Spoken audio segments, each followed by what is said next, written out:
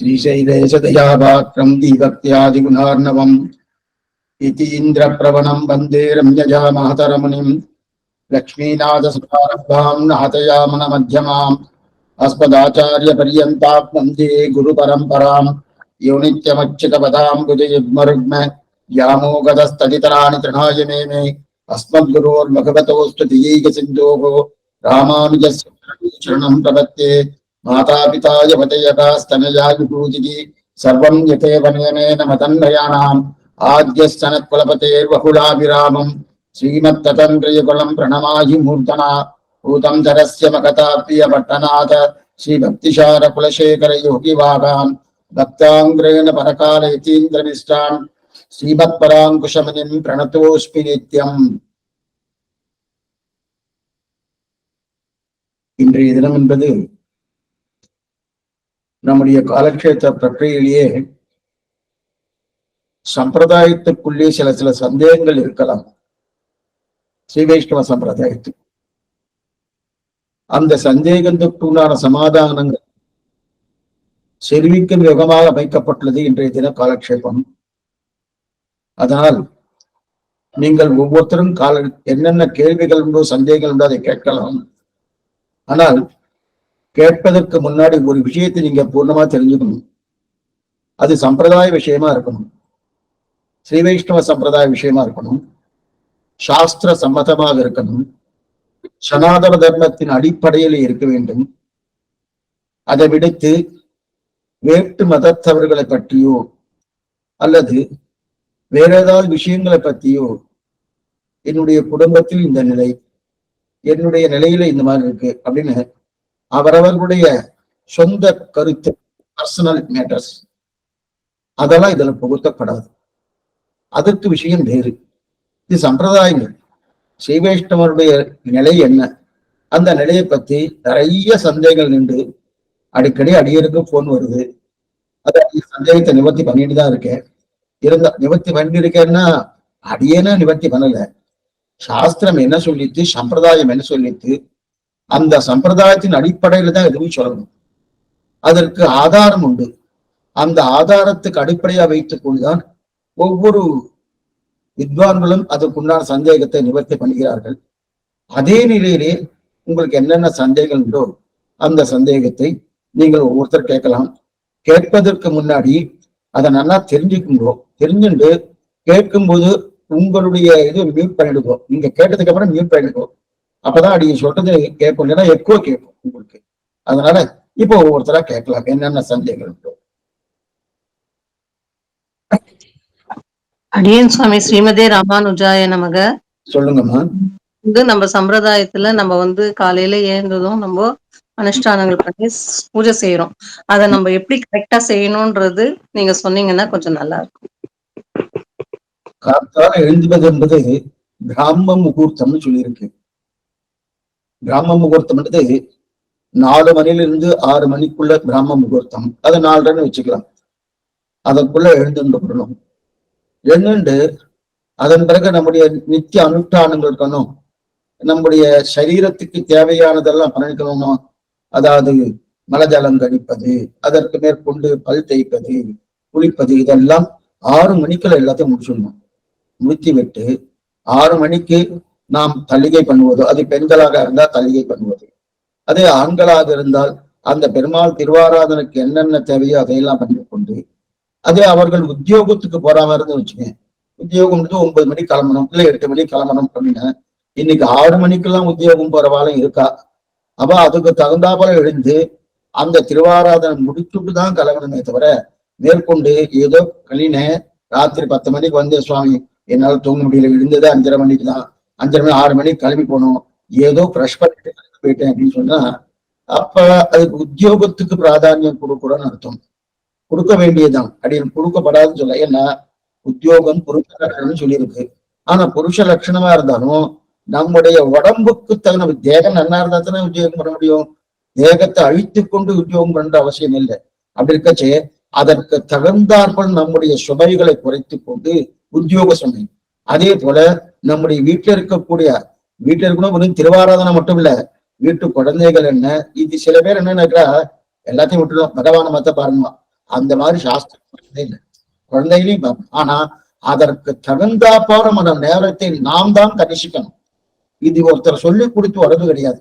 இந்த நேரத்துல இருந்து இந்த நேரம், அந்த நேரத்துக்குள்ள திருவாராதனம் என்ன, தலிகை என்ன, குழந்தைகளை போஷாக்குவது என்ன, இது அத்தனையும் அதற்கு தகுந்தாம அதுக்குண்டான கால உத்தேசத்தை நம்ம நிலை கொண்டு நம்ம பண்ணிக்கணும். இதுக்கு அதற்கு தகுந்தாற்பல அந்த பகுத்தறிவுன்னு சொல்றா பாருங்க, அந்த பகுத்தறிவோடு இதை பண்ணணும். அதுக்குண்டான அறிவு கொடுத்துருக்கா. இன்னும் நமக்கு இன்னும் நிறைய சந்தேகங்கள் இருக்கா? இல்ல சுவாமி, இதுல எனக்கு என்னென்ன நேரம் என்னென்ன காலம் இதெல்லாம் தெரிஞ்சா நன்னா இருக்குமே அப்படின்ற ஒரு எண்ணம் வந்துருச்சுன்னா அது தனியா தான் பார்க்கணும். அது என்ன, முதல்ல வீட்டுடைய நிலை என்னன்னு தெரிஞ்சுட்டு அதற்கு தகுந்த பொதுவான கருத்து இது. புரிஞ்சுதாமா? அடியும் சாமி, புரிஞ்சது சுவாமி. இப்ப வந்து ஆண் குழந்தைங்க யாரும் இல்ல, யாருமே பூஜை செய்ய மாட்டாங்க. அப்போ நான் காலையில எழுந்து குளிச்சுட்டு பூஜை செய்துட்டு அதுக்கப்புறமா நான் தலிகை பண்ணி பகவானுக்கு செய்யலாமா? பண்ணலாம். அது சாலக்கிராம விக்கிரகமா இருந்ததுன்னா அது பெண்கள் பண்ண முடியாது. சாலக்கிராம விக்கிரகம் இல்லாம அதே பஞ்சலோக விக்கிரகமோ அல்லது படமோ, அதுக்கு சித்திர திருமேனியோ அல்லது வெறுமை பெருமாளை வச்சு நான் பண்ணிட்டு இருக்கேன். அந்த மாதிரி தாராளமா பெண்களுக்கு எல்லா உரிமையும் உண்டு, தாராளமா பண்ணலாம். ஆனா எனக்கு நேரம் போறலையே, எனக்கு குழந்தைகள் இல்லையே, எனக்கு யாரும் உதவி பண்றதுக்கு யாருமே இல்லைன்னா அதற்கு தகுந்த பல என்னைக்குமே நாம என்னென்ன நேரத்தை எது முன்னாடி எது பின்னாடி எப்படி அப்படின்னு நிர்ணயித்துக் கொண்டு நம்முடைய கைங்கரியங்கள் காரியங்களை நம்ம வரிசைப்படுத்தினோம்னாலே 3 மணி நேரம் ஆகக்கூடிய ஒரு கைங்கரியம் என்றது 2 மணி நேரத்துல முடிஞ்சிடும். அது நமக்கு சிலதெல்லாம் தெரியுதுல, இப்படி 12 போயிட்டே இருந்தா பிரயோஜனம். அப்படி உண்டான யோசனையை நீங்க தான் பண்ணணும். அந்த மாதிரி ஒரு சிரமங்கள் இருக்குன்னா அது தனியா பார்க்க புரியுறதா?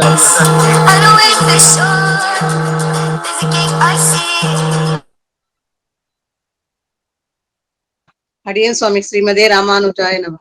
நன்றி சுவாமி.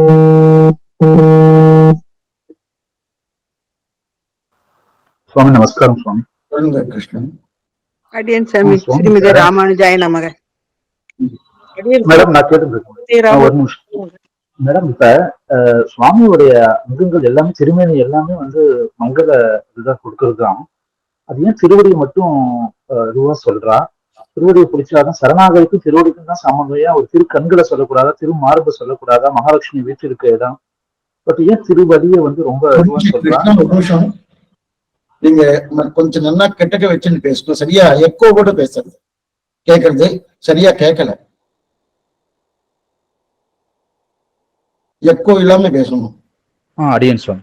இப்ப கேக்குது? இப்ப கேக்குறது. சுவாமி நமஸ்காரம். சுவாமி இப்ப ஸ்ரீ வைஷ்ணவ சம்பிரதாயத்துல திருவடியை ரொம்ப இம்பார்ட்டன்ஸ் கொடுக்குறோம். பட் இப்ப பெருமாளுடைய திருமேனி ஃபுல்லாவே மங்களத்தை கொடுக்கக்கூடியதுதான். அது திருமார்பு இருக்கு, திரு கண்கள் இருக்கு, திரு தோள்கள் இருக்கு. எல்லாமே ஆழ்வார்கள்லாம் பாசுரத்தெல்லாம் பெருமையா ஒவ்வொரு அங்கத்தையும் பாடியிருக்கா. பட் இந்த திருவடின்றது ஒரு பிரபன்னனுக்கு ரொம்ப முக்கியமா இருக்கே. அது ஏன் சுவாமி திருவடியை மட்டும் ஏன் சொல்றா? இல்ல திருவடியை சொன்னதா எல்லா அங்கத்தையும் சொன்ன மாதிரியா? இது ஏன் திருவடின்னு ரொம்ப நம்ம ஒரு இதுவை ஏத்துக்கிறோம். திருவடி தான் நம்ம தொழறோம், திருவடி தான் சேவிக்கிறோம், ஆச்சாரிய திருவடி கூட இது பண்றோம். பட் ஏன் அந்த திருவடியை அவ்வளவு இதுவா சொல்றா? அதுக்கு என்ன ஸ்பெஷல்? திருவடிக்கு ஏன் இத்தனை பிராதானியம்? பரமாவுடைய அவயவங்கள் எத்தனையோ இருக்க. திருக்கண்கள் இருக்கு, திருத்தொடைகள் இருக்கு, திருமுடி இருக்கு, அதே மாதிரி திருவாய் இருக்கு, கைகள் இருக்கு, எல்லாமே இருக்க செய்து திருவடிக்கு ஏன் இத்தனை பிராதானியம் கேட்டிருக்காரு கிருஷ்ணன் சுவாமி. இப்ப ஒரு குழந்தை பிறந்ததுன்னா அந்த குழந்தை பிறந்த குழந்தைக்கு தாயுடைய பாலை கொடுக்குறா, மலைப்பாலை கொடுத்துட்டு இருக்கா. இருந்தாலும் அந்த குழந்தைக்கு ஒரு 6 மாசம் ஆயிடுச்சுக்கேன், குழந்தைக்கு சாமானியமா 2 வருஷமாவது 2.5 வருஷமாவது அவருடைய தன்னுடைய தாய்ப்பாலை சாப்பிடணும்னு தான் சொல்றது. தர்மசாஸ்திரம் அப்படிதான் சொல்றது.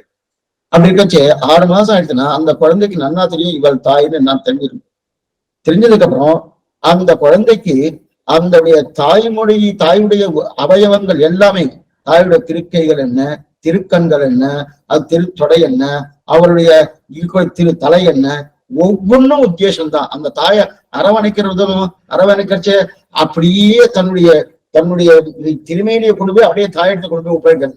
எல்லா உத்தேசமா இருந்தாலும் அந்த குழந்தைக்கு பிரதானமா எதுல ஆசை இருக்கணும்னா, தாய் எந்த இடத்தில் தாயுடைய அந்த பால் சுரக்கிறதோ, திருமார்பிலிருந்து சுரக்கிறது, அந்த திருமார்பில பால் சுரக்கிற இடத்தான் பிரதானமாக ஆசை யாருக்கு இருக்கு?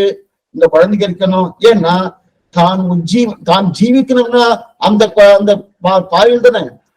இந்த தான் ஜீவிக்கணும்னா அந்த பால் தான்ங்கிற எண்ணத்தோடு தாய் அந்த குழந்தை கொடுக்க போறது இல்லை. அதுக்கு பசிக்கிறதுக்கு தனக்கு எது வேணும்? பால் வேணும். அந்த பால் எங்க சுரக்கிறது? தாயுடைய திருமார்பில் இருக்கிற மலைத்தடங்களுக்கு சுரக்கிறதுனும். ஆனா பிரதானம் அதுலதான் வாய வைக்கிறது இல்ல. அதுக்கு உத்தேசம் அப்பனா கை படிக்காதா, அதோடைய கால் பிடிக்காதா, அவருடைய கண்கள் பிடிக்காதனா, எல்லாமே உத்தேசம் தான். இத்தனைக்கும் கொஞ்சம் நல்லா நடுவு வந்த குழந்தைன்னா அந்த குழந்தை முத்தம் கொடுக்கறது கன்னத்துல கொடுக்கறது. அந்த மொத்தத்தையே திருமார்பில கொடுக்கறதுன்னா கொடுக்கறது இல்லை. ஏன் சுவாமி கன்னத்துல முத்தம் கொடுக்கும் போது அதே போல கன்னத்தை பிரதானம் வச்சுக்கலாமே, ஏன் திருமார்பை மட்டும்னா எங்கு பால் சுரக்கிறதோ அதுல எப்படி அந்த குழந்தை ஊற்ற வைக்கிறதோ அதே போல ஸ்ரீ வைஷ்ணவர்களுக்கு எங்கு பால் சுரக்கிறது? பகவானின் திருவடிகள் தான் பண்ணது. தேனே மலரும் திருப்பாதம் சேருமாறி வினையேனே. தேனே மலரும் திருப்பாதம், அந்த திருப்பாதம் இருக்கே, அப்படிப்பட்ட திருப்பாதம் தான் பால் சுரக்கிறது. அது என்னமா சுவாமி? அந்த பால் இந்த சரீரம் போஷாக்குக்காக கொடுக்கிறது. இந்த பால் என்னன்னா நாம் உஜ்ஜீவனம் அடைய வேண்டும். உஜ்ஜீவனம் அடைகிறதுனா கையில சரணாகதி கிடையாது, காலில் அதே மாதிரி கண்ணுல சரணாகதி கிடையாது, அதே போல இருக்கு தொடையில சரணாகதி கிடையாது. அந்த திருவடிகள், அந்த திருவடி தான் பிரதானமா பண்றது. ஏன் அந்த திருவடி இதுக்குதான் நம்பெருமாளுடைய நிலைத்து நின்ற திருவடின்னு சொல்லுவார். நிலைத்து நின்ற திருவடினா எங்க போனாலும் கையை பிடிச்சா, ஸ்ரீவச்சனம் முடியும் பார்த்துக்கோம், கையை பிடிச்சோம்னா உதறி போறதுக்கு வாய்ப்பு இருக்கு. கை கால் இந்த ரெண்டு தான். மற்றதெல்லாம் பிடிக்கலாமன்னா பிடிக்கலாம், பிடிச்சா கூட நமக்கு பூர்ணமாக பால் சுரக்கக்கூடிய இடம் எதுன்னா திருக்கால்கள் தான்.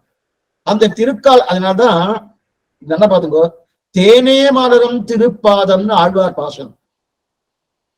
இங்க தேனே மலரும் திருப்பாதம்னா சாமானியம் என்ன சொல்லியிருக்கணும்?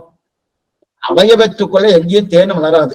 இப்ப நம்முடைய அவயவம் இருக்கு இல்லையா, கண்களோ காதோ மூக்கோ அதே போல இருக்கக்கூடிய வாயோ எங்கேயும் தேன் வரப்போறது இல்லை. அதே போல பகவானுடைய திருவிழில தேன் வருமானா தேன் வரப்போறது இல்லை. வரப்போறது அவர் திருவிழில வரும், அவர் திருவிழில வரும். ஆனா அதுக்கு மட்டும் ஏன் தேனே மலரும் திருப்பாதம், தேனே மலரும் திருவாய், தேனே மலரும் திருக்கண்கள், தேனே மலரும் திருச்செவி சொல்றதே கிடையாது. ஏன் அங்க வருதுன்னா அதுதான் பால் குடிக்கக்கூடிய இடம். இந்த பிரபன்னர்கள் என்று சொல்லக்கூடிய ஸ்ரீ வைஷ்ணவர்கள் பால் கொடுக்கக்கூடிய இடமும் இருக்கிறதுனால இந்த உஜ்ஜீவனம், இந்த ஆத்மா உஜ்ஜீவனம் அடையணும்னா அதுக்குதான் இது முதல் நிலை. ரெண்டாவது, பகவானுக்கு ஒரு சந்தேகமா, ஆழ்வார்கள்னா தேனே மலரும் திருப்பாதம் தேனே மலரும் திருப்பாதம் சொல்லியிருக்கா, நிஜமாவும் உண்டா? தேன் இருக்கா? தேன் இருக்கானே. அவரே பரீட்சை பண்றதுக்காக தான் பிரளய காலத்துல தன்னுடைய கால் கட்டவரலை எடுத்து உள்ள வச்சுட்டு இருக்கா. பார்த்து சொல்லணும், ஆலமா மரத்தின் இளமேல் ஒரு பாலகனா ஞாலவேலும் தான் அரங்க தரவனியான் என்று சொல்லக்கூடிய அந்த கட்டவரலை எடுத்து அவரே காலில் வச்சுக்கிட்டு இருக்காருனோ. அப்ப தேன் இருக்கு போட்டு நினைச்சிட்டு தேன் இருக்கு, இதைத்தான் ஆழ்வார் சொல்லியிருக்கா. அதனால்தான் பிரதானமாக திருவடியை சொல்றார். ரெண்டாவது, திருக்கைகளை பத்தினா உதறுவதற்கு சான்ஸ் இருக்கு, திருவடியை பத்தியாச்சுன்னா உதறுவதற்கு வாய்ப்பே கிடையாது. ஒருத்தரை காலை பிடிச்சேன் உதற வாய்ப்பு கிடையாது, கையை பிடிச்சேன் உதறத்துக்கு வாய்ப்பு உண்டு. அதனால திருவடிகள் பிரதானம் வச்சுருக்கா. ரெண்டாவது, ஆச்சாரியனும் திருவடிதான், பாகவதாலும் திருவடிதான், அதே போல பகவானுக்கும் திருவடிதான். அடியன் சுவாமி.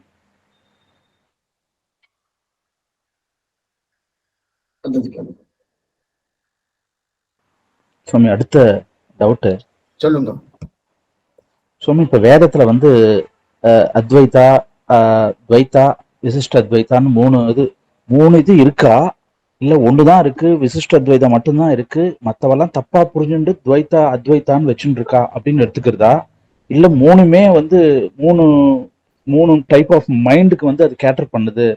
இது சில ஹோமம் எல்லாம் பண்ண சொல்லுது, பட் ஆக்சுவலா நம்ம ரொம்ப மெச்சூர்டா ஒரு பிரபன்னனுக்கு வந்து அந்த இது பலனை கருதி அந்த காமிய கர்மாக்கள்லாம், வேதத்துல இருக்க அந்த காமிய கர்மாக்கள்லாம் முக்கியம் கிடையாது.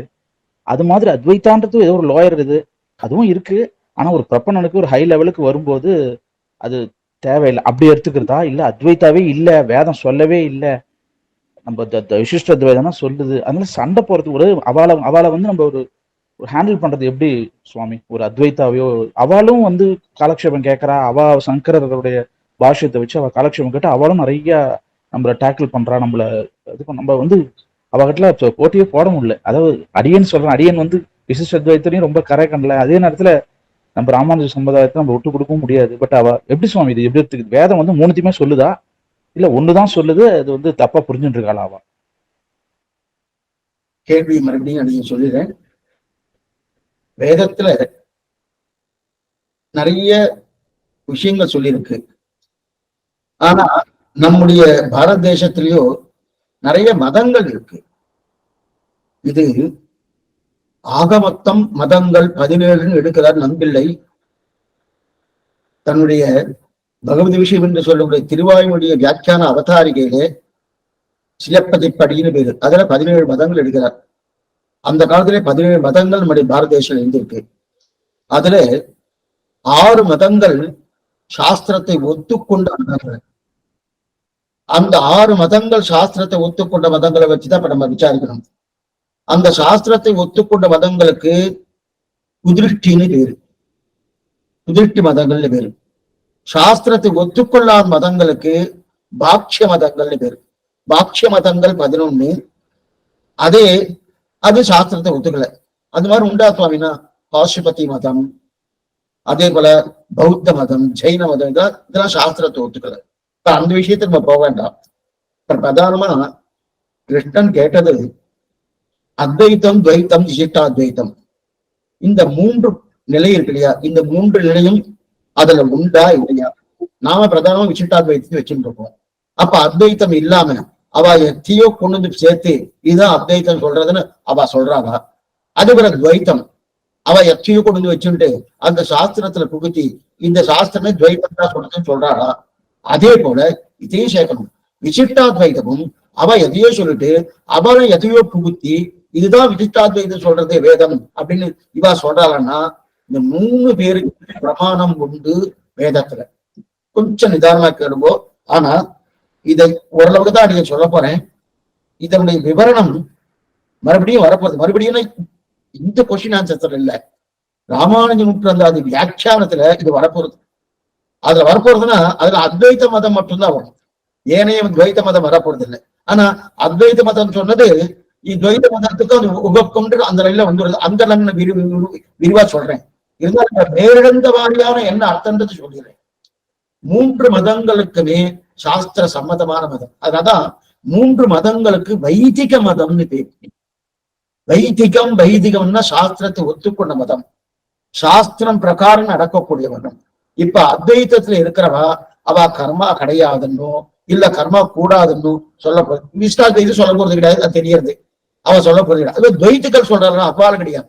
இவாளுக்கு என்ன மந்திரமோ அதே மந்திரம் தான் அவாளுக்கும். அவாளுக்கு என்ன மந்திரமோ இதுல வைதிகத்துல சாஸ்திரத்துல சொல்லப்பட்ட மந்திரங்களிலே மாறுபட்ட கருத்து 3 மதத்துக்கு உண்டானா கிடையாது.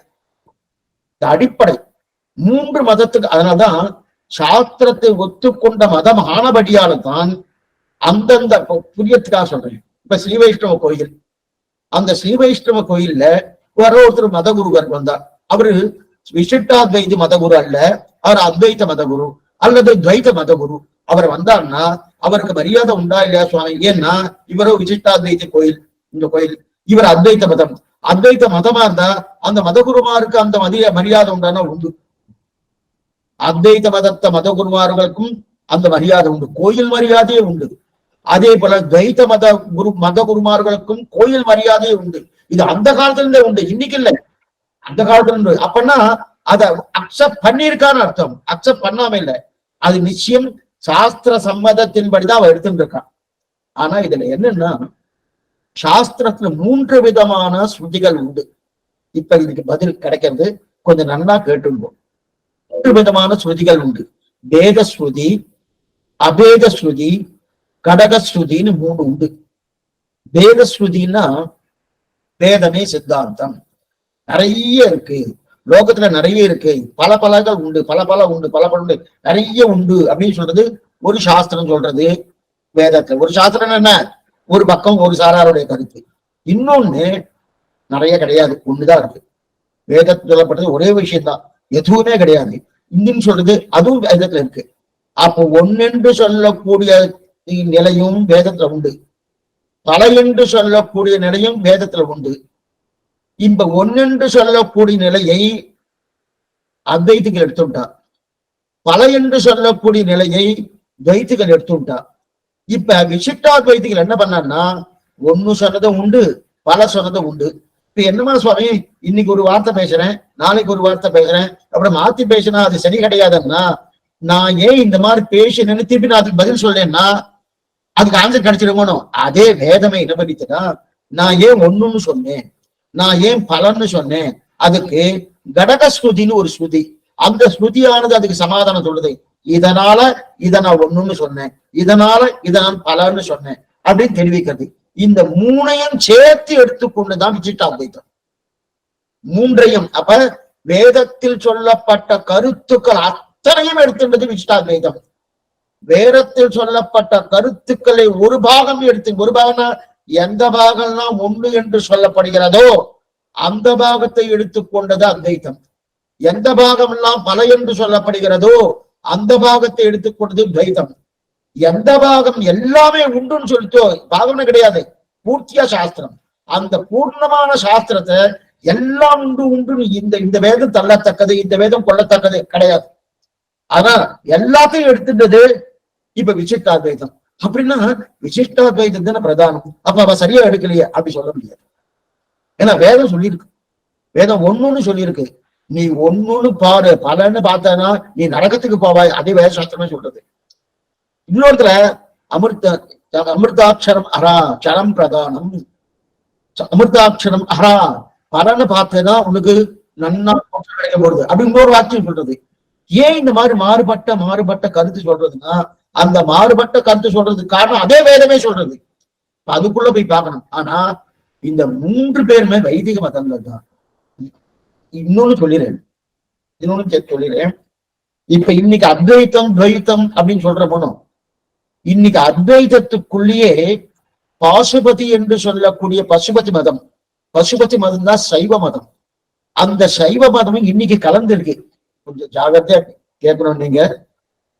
ஏன்னா கொஞ்சம் இதெல்லாம் கொஞ்சம் யாரோ ஒருத்தர் அடி எனக்கு தப்பா நினைச்சாலும் பரவாயில்ல, என்ன நடக்கிறதுன்னு சொல்லணும். பாசுபதி மதம் என்பது சைவ மதம். சைவ மதம் சாஸ்திர சம்மதம் கிடையாது. ஆகம சாஸ்திரத்தின்படி அது எடுத்துக்கொண்டது சாஸ்திர சம்மதம் கிடையாது. ஆனாதான் சிவபெருமானுக்கு நமசிவாய உண்டு, ஓம் நமசிவாய கிடையாது.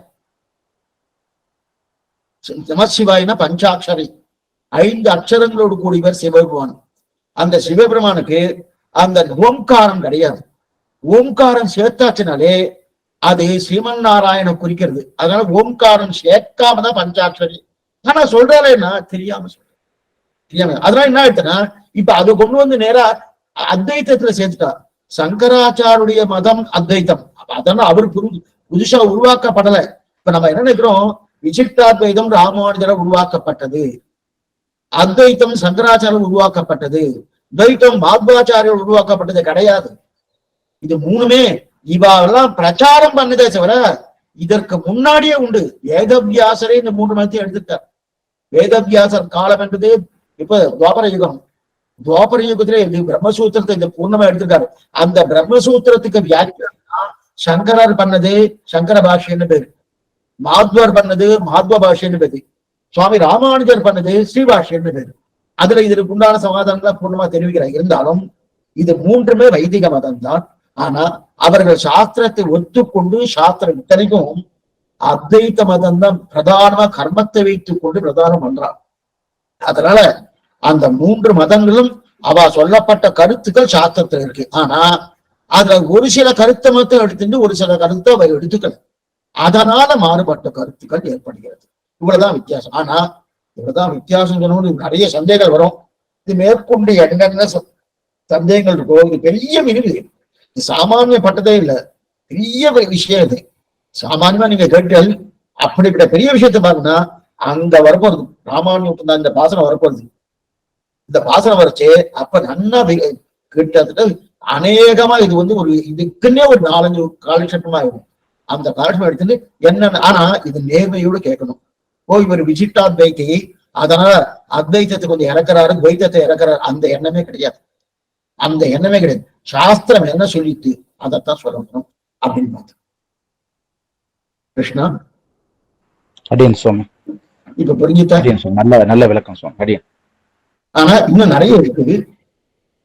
அது பூர்ணமா சொன்னோம்னா ஒரு நாள்ல முடியாது. என்ன என்ன டிஃபரன்ஸ் ஆஃப் ஒப்பீனியன் என்ன? ஏன் இந்த டிஃபரன்ஸ் வந்தது? ஏன் ஆதிசங்கரர் சாமானியப்பட்டவர்? கண்ணனே அவருக்கு கைங்கரியம் பண்ணியிருக்கார். சாமானியப்பட்டவர் இல்ல, பெரிய மகா வித்வான், மகா ஞானி, சாமானிய. ஏன் கொண்டாட சுவாமி ராமானுஜரே கொண்டாடுற சில இடத்துல எல்லாம் வர. அப்ப ஏன் அவர் இந்த மாதிரி பண்ணிட்டார்? அவளுக்கு இந்த ஞானம் இல்லையா? மாத்வருக்கு இந்த ஞானம் அபாரமான ஞானி, சாமானியப்பட்ட. நம்மளை வச்சு நம்ம கம்பேர் பண்ணவே கூடாது. அவெல்லாம் எப்படிப்பட்ட மேதாவி, அவதார புருஷர்களே சொல்லணும். ஆதிசங்கரர் ஆகட்டும், மகாத்மர் ஆகட்டும், ராமானுஜர் ஆகட்டும், அவதார புருஷன். அப்ப ஏன் சுவாமி டிஃபரன்ஸ் ஆஃப் ஒப்பீனியன் வந்திருக்கு? ஏன் வந்திருக்கு? பகவானுக்கு சில பேரை சில சில நிலையத்துக்காக அவதாரம் பண்ண வைக்கிறார். அந்தந்த அவதாரத்துக்காக போயிட்டா. இப்போ நாமே எடுத்துக்கணும், ஆழ்வார் அவதாரம் பண்ணார், அதுக்கப்புறம் எதுக்காக ஆச்சாரியர்? தேவையில்லையே. ஆழ்வார்கள் 4000 கொடுத்துட்டு போயிட்டு வரணும், அதோட முடிச்சிருக்கலாமான்னா பகவானுக்கு திருப்தி ஏற்படல. இன்னார் இன்னார் இன்னார்கள் அவதாரம் பண்ணணும். ஏன் பிரலோகாச்சாரியர் ரகசிய கிரந்தத்துக்குன்னு அவதாரம் பண்ணி வச்சார். அதே பெரியவாச்சாரம் இல்லையே, ரகசிய கிரந்தம் என்ன, ஆழ்வாரோட பாசனம் என்ன, அதாவது அவதாரம் பண்ணி வச்சார். இன்னென்ன நிலையோட பகவான் அவதாரம் பண்ணி வைக்கிறார். அதுல ஒரு அவதாரம் தான் பண்ண வச்சதுதான் ஆதிசங்கரர். இன்னொரு அவதாரம் பண்ணி வச்சா மகாத்மர, இன்னொரு அவதாரம் பண்ணி வச்சுதான் சுவாமி ராமானுஜர். எந்த விதமான இதுல அவ மேல குற்றம் சொல்லப்படாது. ஆனா குற்றம் வைதிகமா இருக்கக்கூடிய சாஸ்திரத்தை ஒத்துண்டார். அந்த சாஸ்திரத்துல சொல்லப்பட்ட கருத்துக்கள், அந்த கருத்துக்களுக்குள்ளே மாறுபட்ட தன்மை வருது. அது ஏன் வருது அப்படின்றது நம்ம அனலைஸ் பண்ணோம். ஆனா இதற்கும் சனாதன தர்மத்துக்கும் எந்த விதமான மாறுபட்ட கருத்தே கிடையாது. சனாதன தர்மம் என்ன சொல்லித்தோ அதைத்தான் ஆதிசங்கரர் என்ன, மகாத்மர் என்ன, ராமானுஜர் என்ன, ஏனைய சாஸ்திரத்தை ஒத்துக்கொண்ட அத்தனை பேரும் அதான் சொல்லியிருப்பாங்க. அதுல மாற்று கருத்தே கிடையாது. என்ன பண்ணீங்கன்னா, சனாதன தர்மத்துல இருக்க சுவாமி ஒவ்வொருத்தரும் ஒவ்வொரு தெய்வத்தை வணங்கிட்டு கலை வரானுன்னா, சனாதன தர்மத்துல 99 சரியா இருக்கு, 1% சரியா இல்லை. அந்த 1% நம்ம எடுத்துட்டு இது சரியில்லையேன்றோம். 99 பாக்குறதே இல்லை. ஆனா பாத்துங்க, இதனால்தான் நமக்கு இந்த வம்பு வர்றதுக்கு என்ன காரணம்? 99 சரியா இருக்கே சுவாமி, அதை பார்க்கலாமா? அதை பாக்குறது இல்லை. இன்னும் கேட்டா 1000 கிட்டத்தட்ட ஒரு 1500 வருஷத்துக்கு முன்னாடி, நான் கேட்டுக்கணும், 1500 வருஷத்துக்கு முன்னாடி இப்ப விசிஷ்டாத்வைதிகள் என்று சொல்லக்கூடியது ஐயங்கார்னு பேரு, அத்வைதிகள் என்று சொல்லக்கூடியது ஸ்மார்தான பேரு. இவாளுக்குள்ளே பெண்ணை கொடுத்து பெண்ணை வாங்கக்கூடிய தன்மையே இருந்தது. அது சாஸ்திர சம்மதம் வேற. இன்னைக்கு ஐயங்கார் ஐயரை பண்ணிட்டார் அப்படின்னா அது வேட்டு ஜாதி மாதிரி ஆடுது இல்லையா? அன்னைக்கு அப்படி கிடையாது, ஏன் பண்ணிட்டு இருந்தா. அது ஏன் விட்டு போயிடுச்சுன்னா, அத்வைத்தின்னாலே அவருக்கு ஸ்ரீமன் நாராயண தவிர மற்ற ஒரு தெய்வம் கிடையாது. சங்கரர் இன்னைக்கு அவர் கையெழுத்து போடுறது நாராயண ஸ்மிருதின்னு தான் இருவார், வேற எதுவுமே எழுத மாட்டார். அவரோட ஆதிசங்கருடைய நிலையே நாராயணன் தான். ஆனா அது பின்னாடி சைவமும் கலந்தபடியாலே அந்த சாஸ்திர சம்மதம் இல்லாத சில கருத்துக்கள் அத்வைத்தத்துல பொறுக்கப்பட்டபடியாலேனா ஆதிசங்கருடைய சீசுக்தியை மட்டும் பார்க்கணும், வேற எதுவும் பார்க்கப்படாது. அதை மட்டும் பார்த்தேன்னா அன்னைக்கு அதை பார்த்து அவ பெண்ணை கொடுத்து பெண்ணை வாங்குற அளவுக்கு இருந்திருக்கு. இன்னைக்கு வந்தவர் மாறினபடியாலே சரி அவ சம்பந்தம் வேண்டாம் இவ விட்டுட்ட. அடியன் சுவாமி, இந்த கைவல்ய மோட்சம் சாயுஜ்ய மோட்சம்னு இருக்கு, அது என்ன டிஃபரன்ஸ்? நம்மளுக்கு எது உச்சிதம்? கைவல்ய மோட்சம், இன்னொன்னு சாயுஜ்ய மோட்சம். கைவல்ய மோட்சங்கள் 5 மோட்சங்கள்: சாயுஜ்யம், சாமீபியம், சாரூபியம், சாமியாபக்தி அப்படின்னு 5 மோட்சங்கள். அந்த மோட்சத்துக்கும் கைவல்ய மோட்சத்துக்கும் சம்பந்தமே இல்லை. புரியத்துக்கா சொல்றேன். கைவல்யம் என்பது இந்த சப்தத்திலேயே தெரியும், கேவலம். கேவலம்னா நம்ம தமிழ்ல கேவலம் சொல்றது கேவலமா இருக்கு அப்படின்னு ஒரு தாழ்ந்த ஒரு அர்த்தத்தை வைத்துக் கொண்டு சொல்றோம். சம்ஸ்கிருத பாஷையில கேவலம்னா மட்டும்னு அர்த்தம். கேவலம்னா மட்டும்தான். அப்படிப்பட்ட கைவல்யம், கைவல்யம் இஸ் ஈக்வல் டு ஆத்மானுபவம்னு பேரு. ஆத்மாவை அவரே அனுபவி. இந்த மாதிரி ஆத்மானுபவம் உண்டா சுவாமி? அவ பகவானை ஒத்துக்கிறது கிடையாது. ஒத்துக்கிறது கிடையாதுன்னா இந்த ஆத்மானுபவம் என்கிற அளவுக்கு போவதற்கு பகவானை ஒத்துக்கிறார், பகவான்கிட்ட பிரார்த்திக்கிறார். பிரார்த்திச்சுட்டு அந்த ஆத்மானுபவம் கிடைச்சதுக்கு அப்புறம் அதுக்கப்புறம் என்ன பண்றான்னா, பகவான் வேண்டாம், என்ன நானா அனுபவிச்சுக்கிறேன். எது போல, நமக்கு ஏதோ ஒருத்தர் உதவி வேணும், அந்த உதவியை பெற்றுக்கொண்டு அந்த பொருளை நம்ம வாங்கிட்டோம். வாங்கினதுக்கு அப்புறம் அந்த பொருள் நம்ம கைக்கு வந்துடுச்சு. வந்ததுக்கு அப்புறம் யார் அது இந்த பொருள் வாங்கிட்டு உதவி பண்ணாரோ அவ வேண்டாம் சுவாமி, இந்த பொருளையே நான் பாத்துக்கிறேன் அப்படின்னு இருக்கிறோம் இல்லையா? இதுதான் கைவல்யம். அப்ப தன்னைத்தானே அனுபவிப்பது. இதற்கு ஆணும் ஆணும் அனுபவிப்பது, பெண்ணும் பெண்ணும் அனுபவிப்பதுன்னு ஒரு சாமி சொல்லுவாங்க. சாஸ்திர சம்மதம் கிடையாது. சாஸ்திரமே கிடையாதுன்னா சாஸ்திரம் ஒத்துன்னு இருக்கு. கண்ணனை கீதையில ஆத்மானுபவ காமனை நிறைய எடுத்திருக்காரு. இன்னைக்கு இருக்காரானா சந்தேகம். ஆத்மா அனுபவிக்கிறது இன்னைக்கு இருக்கானா சந்தேகம். ஆனா இதத்தான் பெரியாழ்வார் எடுக்கிறார். ஏடு நிலத்தில் இடுவதன் முன்னம் பந்தியங்கள் குழாம் புகுந்து. இந்த பாட்டுல ஆத்மானுபவன் காமன் எடுக்கிறார் பெரியாழ்வார். திருப்பண்ணாண்ட 3 விதமான காமன்கள். ஒண்ணு பகவல்லாபார்த்தி, கைவல்யார்த்தி, அடுத்து ஐஸ்வர்யார்த்தி. ஐஸ்வர்யார்த்தினா ஆத்மாவை ஒத்துக்காம இந்த சரீரமே ஆத்மா, சரீரமே நான் நினைக்கிறாரோ இவளுக்கு ஐஸ்வர்யார்த்தின்னு பேரு. பகவல்லாபார்த்தி ஆத்மா ஒத்துண்டு, பகவானே ஒத்துண்டு, பகவத் அன்பு பிரீத்தி காத கைங்கரியம் அவனுக்கு தொண்டு செய்வதுதான் பிரதானம் அப்படின்னு இருக்கிறவெல்லாம் பகவல்லாபார்த்தி பேரு. கைவல்யார்த்தி எனக்கு பகவான் தான் வேணும், ஆனா எனக்கு இந்த ஆத்மாவை நான் அனுபவிக்கணும்னு. ஏன்னா அந்த ஆத்மா ஞானமயன் ஆனந்தமயன் இதெல்லாம் சாஸ்திரத்துல சொல்லி இருக்கு. சாஸ்திரத்தை இல்லாத சொல்ல ஆத்மானுபவ காமன்றது அந்த காலத்துல நிறைய பேர் இருந்திருக்கா. இன்னைக்கு இருக்காரா ஆத்மானுபவ காமனா இருக்கக்கூடிய இருக்கிறாருன்னா இன்னைக்கு அநேகமா நம்ம கண்ணுக்கு தெரியல. வேணும்னா இமாலய பர்வத்திலே அங்க இருந்தா இருக்கலாம், நிச்சயம் புத்தி கிடையாது. ஆனா இந்த ஆத்மானுபவ காமனுக்கு என்ன ஒரு ஐஸ்வர்யார்த்தியை காட்டிலும் மேம்பட்டவன் அப்படின்னா, இப்ப பகவல்லாபார்த்தின்னா என்ன, இனிமே எனக்கு ஜன்மா வேண்டாம், பகவான்கிட்ட போய் சீவை கொண்டு போய் நல்லா அனுபவிக்கணும், அவருக்கு கைங்கறி பண்ணணும், இது பகவல்லாபார்த்தி. கிட்டத்தட்ட இதே நிலையில இருக்கிறவன் தான் ஆத்மானுபவ காமன் அப்படின்னா கைவல்யார்த்தி. இதே நிலையில இருந்துட்டு அவன் என்ன பண்றான்னா, நேரம் நான் சீவை கொண்டு போக மாட்டேன், நான் சீவை கொண்டு போகாம வேறு வழியில போயிட்டு அங்க போய் ஆத்மாவை நான் அனுபவிக்கிறேன் அப்படின்ற நிலைதான் இது ஆத்மாபவ காமனாக இருப்பது கைவல்யார்த்திக்கு. அது கேவலமான அனுபவம். அந்த அனுபவத்துக்கு போயாச்சுன்னா திரும்புதல் கிடையாது. அது சாஸ்திரம் ஒத்துன்றிருக்கு, சாஸ்திரத்தை சொல்லப்பட்டிருக்கு. இருந்தாலும் நம்முடைய பூர்வாச்சாரியர்கள் இந்த ஆத்மா பகவானுக்கு தாசபூதனா இருக்கிறபடியாலே அவனுக்கு தொண்டு செய்வதற்காக இந்த ஆத்மா இருக்க செய்து இந்த ஆத்மா என்னை நானே அனுபவிக்கிறேன் வந்துச்சுன்னா இது கேவலமா இல்லையா? அதனால ஆத்மா அனுபவம். ஆனா ஆத்மா இந்த கைவல்யார்த்தியும் சரீரம் தொலையணும், சம்சாரம் தொலையணும், இனி பிறத்தே கிடையாது கைவல்யார்த்திக்கு உண்டு. அதான் சொன்னேன், அநேகமா பகவல்லாபார்த்தி இருக்கக்கூடிய என்னென்ன உண்டு அத்தனையும் உண்டு.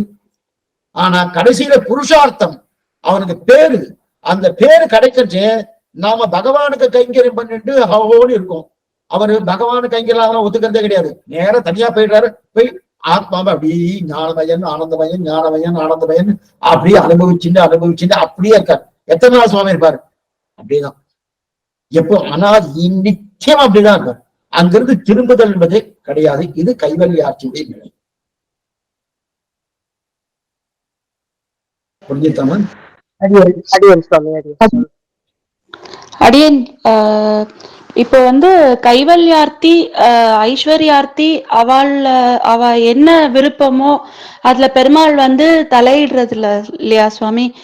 ஒருத்தர் கைவல்யார்த்தியா இருக்கணும்னு ஆசைப்படுறாலோ ஐஸ்வர்யார்த்தியா இருக்கணும்னு ஆசைப்படுறாலோ அந்த விருப்பத்துல இட்ஸ் a ஃப்ரீ வில்.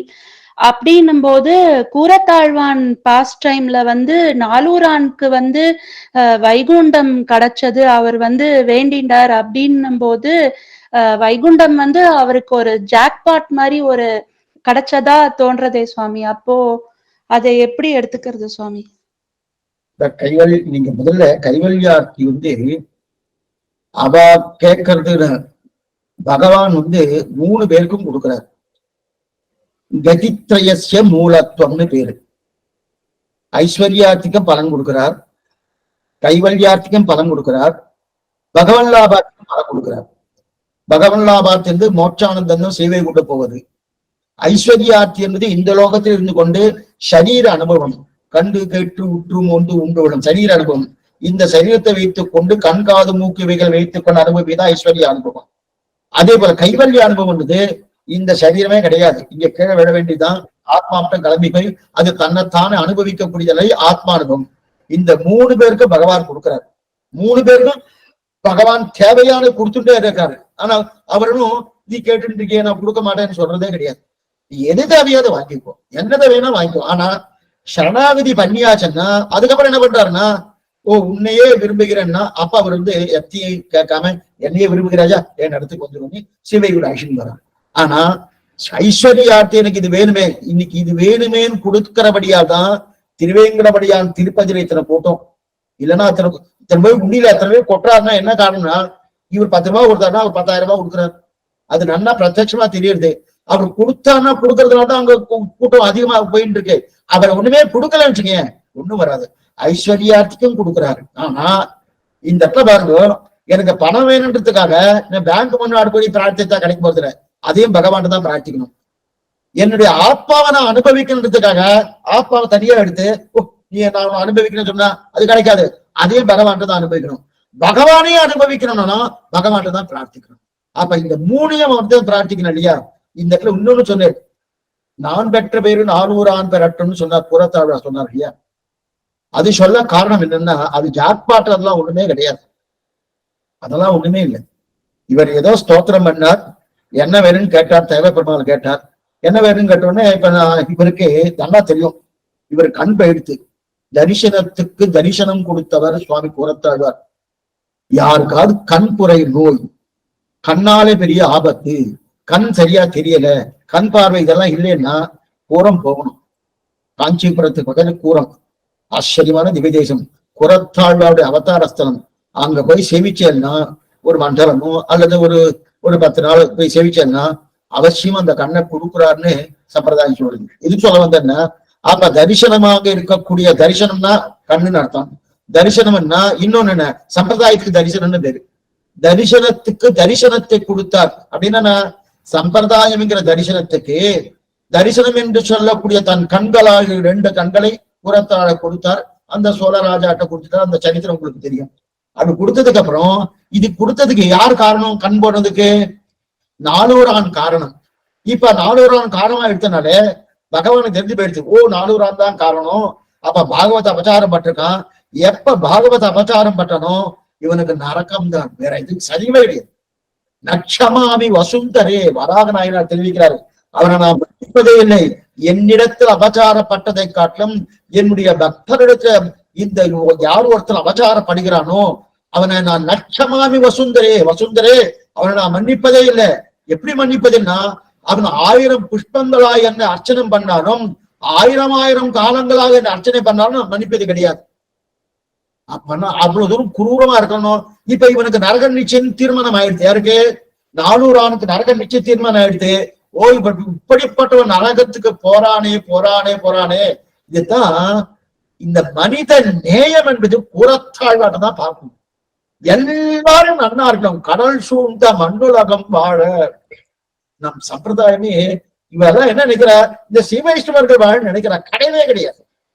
எந்த ஜாதி எந்த மதம் எல்லாருமே நல்லா இருக்கணும். இப்ப அந்த 400 ஆணுக்கு நரகம் தான் கிடைக்க போறது, ஒண்ணும் கிடைக்க போறது இல்லை. எப்படியும் பகவானுக்கு நரகத்தை தலைப்பறான். அதை நம்ம பிரார்த்திப்போம், தேவைப்பெருமாட்ட பிரார்த்திக்கிறார். பிரார்த்தித்தபடி நான் பெற்ற பேருக்கு 400 ஆண் பெறட்டும். ஏன்னா நிச்சயமா அவருக்கு நரகம் தான், மோட்சம் கிடையவே இல்லை. பாகவத பச்சாரம் போட்டிருக்கான். அதனால இவர் பிரார்த்தித்தபடியாலே இப்படியும் பெரிய தேவைப்பெருமா ஆச்சரியப்படுறாரு. இப்படி கூட ஒரு వ్యక్తి இருக்குமா? அவரே தன்னை தானே என்ன இப்படி நான் சிருஷ்டிச்சிருக்கேன்னு தனக்கு தானே பெருமையா நினைச்சுக்கிறாரு. இப்படி ஒரு சிருஷ்டி இருக்கா?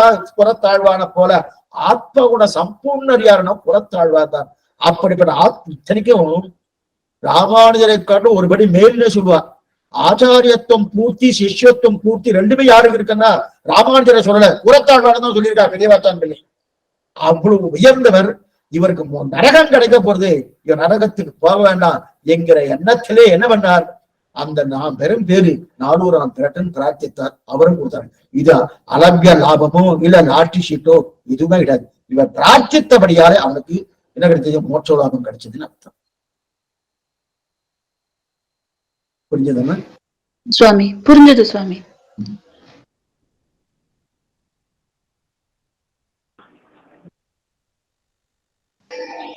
சுவாமி சொல்லுங்கம்மா. சுவாமி, தக்சுக சுகித்வம் அப்படின்னு என்னங்க சுவாமி? என்னம்மா தக்சுக சுகித்வம்? சரியா தெரியலையம்மா. தக்சுக சுகித்வம், தத்சுக சுகித்வமா? அடியேன் இல்ல, அந்த சப்தம் சரியா வரலமா. அந்த மாதிரி சப்தமே இல்லையே. தத்துவ சுகித்துவமா? தத்துவ சுகி, தக்சுக சுகித்வம் தத்துவம்னு இருக்கு, தெரியலையே. நீ சொல்ற சப்தமே தெரியலையே. அதை தப்பா சொல்லக்கூடாது. தத்துவமசி. தத்துவமசி தத்துவம் அசி சாஸ்திரத்தை வரக்கூடிய வார்த்தை. தத்து ஸ்வம் அத்வம் அசி, தத்து தொம் அசி, அதுவே நீ. இதுதான் கேட்ட ரேவதி லட்சுமி. அடியேன் ஆமாங்க சுவாமி. தத்து தொம் அசி, தத்துவமசின்னு பேர். தத்துவமசின்னா இதுதான் மகா வாக்கியம். யாருக்கு? அத்வைதிகளுக்கு இதுதான். அதுவே நீயாக இருக்கிறாய், அதுவே நீ என்கிற அர்த்தம். அதுவே நீன்னா என்ன அர்த்தம் தெரியுமா? பிரம்மமே நீ, பிரம்மம் வேறல்ல, நீ வேறல்ல. இதான் அத்வைத்தம். ஜெகத் மித்யா ஜீவோ பிரம்மைவ பாபரகா, இது வேதாந்த ஜிண்டிமகா. இது சங்கரோடைய வாக்கியம். பிரம்ம சத்தியம், ஜெகத் மித்யா, ஜீவோ பிரம்மைவ நாபரகா, இது வேதாந்த ஜிண்டிமகா. வேதாந்தமே என்ன சொல்றதுன்னா ஜெகத் மித்யா. மித்யான்னா பொய். இந்த கண்ணால பார்க்கக்கூடிய வஸ்துக்கள், இந்த லோகம் இருக்கே எல்லாமே பொய். ஜெகத் மித்யா. ஜீவோ பிரம்மைவ நாபரகா, ஜீவமே பிரம்மம், பிரம்மம் வேறல்ல, ஜீவம் வேறல்ல. தத்துவம் அசி, அதான் சொல்றது, அதுதான் சொல்றது அப்படின்னு. இப்ப தத்துவம் அசிக்கு நம்ம அர்த்தத்தை பார்க்கணும்னா இதுவும் ராமானுஜத்தால வரப்போறது. ஆனா வேறொரு ஒருத்தர் சொன்னேன், அதுவே நீ, அதுவே நீ அப்படின்னு இருக்கு இல்லையா? இப்ப அடியன் பார்த்துட்டு இருக்கேன். அடியன் கண்ணு இருக்கு, காது இருக்கு, மூக்கு இருக்கு, வாய் இருக்கு, நான் கையை ஆட்டின்னு இருக்கேன், எல்லாம் பண்ணிட்டு இருக்கேன். இப்ப நானே கையா, நானே கண்ணா, நானே வாயா? ஆமே. நீங்க வேறு, வாய் வேறு, இது வேறு இல்லை. அப்ப நான் என்ற சப்தத்துக்குள்ள வாய் உண்டா இல்லையா? உண்டே. அப்ப வாயே கைன்னு சொல்ல முடியுமா? அது என்னமா சுவாமி சொல்ல முடியும்? வாயே கை கிடையாது. அப்ப வாயே கை கிடையாதுன்னு வந்துட்டோம்னா அப்ப வாய் வேறு கை வேறு ஒத்துக்கிறேளா? ஆமா. அப்ப உங்களுக்குள்ளேயே பல இருக்குன்னு ஒத்துக்கிறேளா? அப்ப நீங்க வெவ்வேறுன்னு ஒத்துக்கலாமா? கிடையாது. நான் ஒண்ணுதான். நான் ஒண்ணு என்பதும் உண்மை, நான் பல என்பதும் உண்மை. நான் பலன் என்றது எப்படி இருக்கு? பலனா நிறைய. எப்படின்னா கண் வேறு, காது வேறு, மூக்கு வேறு, நாக்கு வேறு, அதுல கை வேறு எனக்குள்ளேயே. அப்ப வேறு வேறுன்னு சொல்லியாச்சுன்னா அப்ப நீங்க 5 சொன்னீங்கன்னா அப்ப 5 நீங்களா? நீங்க 5 பாகமா பிரிஞ்சு பிரிஞ்சு இருக்காரா? இல்லையே, ஒன்னாத்தானே இருக்கு. அப்ப ஒண்ணுன்னு சொல்லலாமே, ஒண்ணு சொல்லலாம். ஒண்ணுன்னு சொன்னோடனே அப்ப கண்ணும் காதும் மூக்கும் ஒன்னா இல்ல. இது அப்ப சாஸ்திரம் என்ன சொல்றதுன்னா அதுவே நீ, அதுவே நீ, அதுவே நீன்னா அந்த பிரம்மத்துக்கு நீ சரீரமாக இருக்கிறாய். அந்த பிரம்மத்துக்கு நீ சரீரம். இப்ப ஆத்மா இருக்கணும், ஒவ்வொருத்தரும் ஆத்மா இருக்கு, சரீரம் இருக்கு. சரீரத்தை பாக்குறோம், ஆத்மாவை பாக்குறதுக்கு. இந்த சரீரம் நன்னா தெரியுது, இது திருட்டம்னு பேரு, நன்னா தெரியாது. இந்த சரீரமே ஆத்மாவா? இல்ல. ஆத்மா வேறு, சரீரம் வேறு, ரெண்டு வெவ்வேறு தானே சுவாமி? அவன் வேறுதான். அப்பனா ஒன்று பண்ணுவோம், நான் உங்களை கூப்பிடுறேன், வாங்க கிருஷ்ணன் சுவாமி வாங்குவோன்னு கூப்பிடுறேன். நீங்க வரையலன்னு வரேன், வந்துடுறேன். நீங்க என்ன பண்ணுங்க, சரீரத்தை இங்க வச்சுடுவோம். ஆத்மாவுக்கு தானே ஞானம். ஆமா. அப்ப சரீரத்தை இங்க வச்சுட்டு ஆத்மாவோட மொத்தம் வாங்குவோம். ஆனா இதை வர முடியாது, அவ்வளவுதான், கிளம்பி போயாச்சுன்னு அர்த்தம். அவர் சரீரத்தை விட்டாருன்னா கிளம்பி போயாச்சுன்னு அர்த்தம். அப்ப வர முடியாதா? அப்ப ரெண்டும் ஒண்ணும் சொல்லுங்க. கிடையாது, ரெண்டு வேறுதான். இந்த சரீரம் வேறு ஆத்மா வேறுதான். சரீரமே ஆத்மா கிடையாது. அதே போல நாம் பகவானுக்கு சரீரம், பகவான் பரமாத்மா, நாம சரீரமா இருக்கும். சரீரமா இருக்கச்சு அதுவே நீ, அதுவே தத்துவம் அசி, அதுவே நீ, நீ சரீரமாக இருக்கிறபடியாலே அதுவே நீ சொல்றது. அப்ப அந்த பரபிரம்மமும் நீயும் ஒண்ணுன்னு அர்த்தம் இல்ல. அந்த இடத்துல என்ன அர்த்தம்? அந்த பரபிரம்மத்துக்கு நீ சரீரமா இருக்க, அப்ப அதுவே ஒண்ணு சொல்லிக்கிறேன். நானே தான் கண்ணுன்னு சொல்றேன்னு. கண்ணு எங்கிட்டதான் இருக்கு, மூக்கு எங்கிட்டதான் இருக்கு, நாக்கு எங்கிட்டதான் இருக்கு. அப்ப இது பிரிக்க முடியுமான? பிரிக்க முடியாது. அதனால ஆத்மாவும் சரீரத்துக்கு பிரிக்க முடியும்னா பிரிச்சாச்சுன்னா கிளம்பியாச்சுன்னு அர்த்தம். பிரிக்க முடியாது. இதுதான் அபிருதத் சித்த விசேஷம்னு பேரு. எப்பொழுதும் விட்டு பிரிக்க முடியாது. விட்டு புரியத்துக்காக சொல்றேன். இது வேட்டி இருக்கணும், இந்த வேட்டி இருக்கு, இது வெள்ளை வேட்டி. இந்த வெள்ளை வேஷ்டியில வெள்ளை என்கிற வர்ணம் இருக்கே அது வேறு, வேஷ்டி என்பது வேறு. என்ன பண்ணுங்க, வேஷ்டி என்பது வேறு, வெள்ளை என்கிற வர்ணம் வேறு. ஆனா வெள்ளை வேஷ்டின்னு சொல்றோம். வெள்ளை இந்த கருப்பு வேஷ்டின்னு சொல்லலாம், சிகப்பு வேஷ்டின்னு சொல்லலாம். அந்தந்த வர்ணத்தை விட்டு அந்தந்த வர்ணம் வேறு, அந்த வேஷ்டி வேறு தானே. இப்ப வர்ணம் என்று சொல்லக்கூடிய வெள்ளை வேறு, வேஷ்டி என்று சொல்லக்கூடிய இந்த பஞ்சு நூலாளம் நெய்யப்பட்ட வேஷ்டி வேறு தானே. ஒருத்தர் சொன்னார், சுவாமி வெள்ளை வேறு வேஷ்டி வேறு தானே. ஆமா, வெள்ளை மட்டும் தனியா பிரிச்சு கொடுக்கணும். இதுல இருந்து வெள்ளையை பிரிச்சு கொடுத்தா உடனே ஒருத்தர் நேரம் இங்கே கொண்டு போட்டு வெள்ளை பிரிச்சுட்டே வரலாம். அப்படிலாம் பண்ணக்கூடாது. இதுல இருந்து தனியா எடுக்கணும். இதுல இருந்து தனியா எடுக்க முடியும்னா எடுக்க முடியாது. இதுக்குதான் அபிருதத் விசேஷம்னு பேரு. விட்டு பிரியாத தன்மை, விட்டு பிரியாத தன்மை இருக்கிறபடியாலே அது ரெண்டும் ஒன்னும் சொல்ல முடியாது. ரெண்டும் ஒன்று போல இருக்கும், போல இருக்கும். ஆனா ரெண்டும் ஒண்ணும் கிடையாது. விட்டு பிரியாத தன்மை உண்டு. அப்படிப்பட்ட விட்டு பிரியாத தன்மை தான் நாம் பகவானுக்கு சரீரமா இருக்கோம். பகவானுக்கு சரீரமா இருக்கிறது தான் தத்துவம் அசின்னு அந்த வாக்கியம் சொல்றோம். இது மேற்கொண்டு நிறைய விஷயங்கள் தத்துவமசி ஸ்வேதகேது அப்படின்னு உத்தாலகர் ஸ்வேதகேது பார்த்து சொல்றார். இது வேதத்திலே வந்திருக்கு. தத்துவம் அசி அப்படின்னு அந்த தத்துவபதி ஸ்வேதகேது சத்வபதி அடிக்கடி அத்வைதிகளை சொல்லுவா. இந்த வார்த்தைக்கு ராமானுஜன் வரைச்சு பூர்ணமான விஷயத்த நல்லா தெரிவிக்கிறேன். ஆனா இப்போதைக்கு தத்துவமாசிங்களா ஏன் நாம சிவைகுண்டு போனதுக்கு அப்புறம் அங்க போய் போன அவர் மடியில உட்காரணும். அங்க நீ யாருன்னு கேட்கிற, அகம் பிரம்மாஸ்மின்னு இந்த வார்த்தை சொல்றோம். அகம் பிரம்மாஸ்மி. அப்ப தத்துவமசி அகம் பிரம்மாஸ்மி ஒண்ணுதானே. அப்ப அங்கேயும் அகம் பிரம்மாஸ்மின்னு சொல்றோம்னா அகம் பிரம்மாஸ்மி என்ற சப்தத்துக்கு என்னதுமா அர்த்தம்? நான் உனக்கு சரீரமா இருக்கேன்னு அர்த்தம். அதத்தான் தத்துவமசி வாக்கியம் போனது. பட் இதோட விவரணம் இன்னும் நிறைய மேற்கொண்டு ராமானுஜன் வரப்போறது. இந்த அத்வைத பரமா நிறைய வரப்போறது. என்னென்ன உண்டோ அங்க வேகமா பார்க்கலாம். இன்னும் எழுபதா சந்தேகம் தான் மறுபடியும் நீங்க கேட்கலாம். தன்யோஸ்மி சுவாமி. அடியன் அடியன் கிருபை சுவாமி. அடியன் அடியன் அடியன் சொல்லுங்க சுவாமி. இப்ப கால தத்துவம் வந்து ஸ்ரீவைகுண்டத்துல இல்லைன்னு சொல்றா இல்ல. அப்ப நம்ம கைங்கறி எல்லாம் அங்க பண்ணிட்டு இருப்போம், முக்தர்கள் நித்தியர்கள் எல்லாம் பண்ணிட்டு இருக்கா. அப்ப அங்க காலம்ன்ற ஒரு தத்துவம் இல்லாம எப்படி சுவாமி அப்படியே அந்த ஃப்ளோ எப்படி இருக்கும்? அப்படியே அப்ப காலமே இல்லாட்டா அப்படியே ஸ்டாண்ட் ஸ்டில்லா அப்படியே ஒரு அப்படியே நிக்கிற மாதிரி தான் இருக்கும். ஒரு மரம் செடி கொடி மாதிரி தான். அப்ப கைங்கரியம்னு பண்ணணும்னா அந்த காலம்னு ஒண்ணு இல்லாம எப்படி பண்ண முடியும்? நினைச்சு கூட பார்க்க முடியலையே. அது ஸ்ரீவைகுண்டத்துல கால தத்துவமே இல்லைன்னு சொல்றாளே. அது நமக்கு மொத்தம் இந்த கேள்வி தேவையா சுவாமி? அதாவது நம்ம இந்த கேள்வியை பற்றி நீங்க கேட்டிருக்கீங்க. இது ஒரு 800 வருஷத்துக்கு முன்னாடி இதே கேள்விய வேதாந்த தேசிகரத்துல ஒரு சுவாமி கேட்டிருக்கார். அன்னைக்கு யாரோ ஒருத்தர் கேட்டிருக்கார். அவருக்கு பதில் சொல்லியிருக்காரு. காலத்தை நகால தத்ரவை பிரபு, இது சாஸ்திர வாக்கியம். அந்த காலம் நடையாடாத தேசம், காலமே கிடையாது. அப்ப எப்பவும் ஒரே பொழுதா இருக்கும். அப்ப ஒரே பொழுதா இருக்கும் வச்சுக்க. இப்ப நம்ம 10 மணிக்கு ஆரம்பிச்சோம், இப்ப 10:50. ஆனா அதே போல அங்க இப்ப நம்ம ஒரு ஒரு ஒரு ஒரு விஷயத்த பெருமாள் திருவாராதனம் பண்றேன் வச்சுக்கோ. காலமே இல்லை, பெருமாள் திருவாராதனம் பண்றேன். இப்ப தூபகாட்சி காமிக்கிறேன். தூபகாட்சி காமிச்சோன்னு எத்தனை நாள் சுவாமி? 5 நிமிஷம் காப்பேல, 10 நிமிஷம் காப்பேல, டயத்தை பார்த்துட்டு 10 நிமிஷம் ஆயிடுச்சு போறோம், அடுத்த தீப ஆட்சி கொடுங்க அப்படின்னு சொல்லாமன்னா இந்த நிலையை அங்க கிடையாது சுவாமி.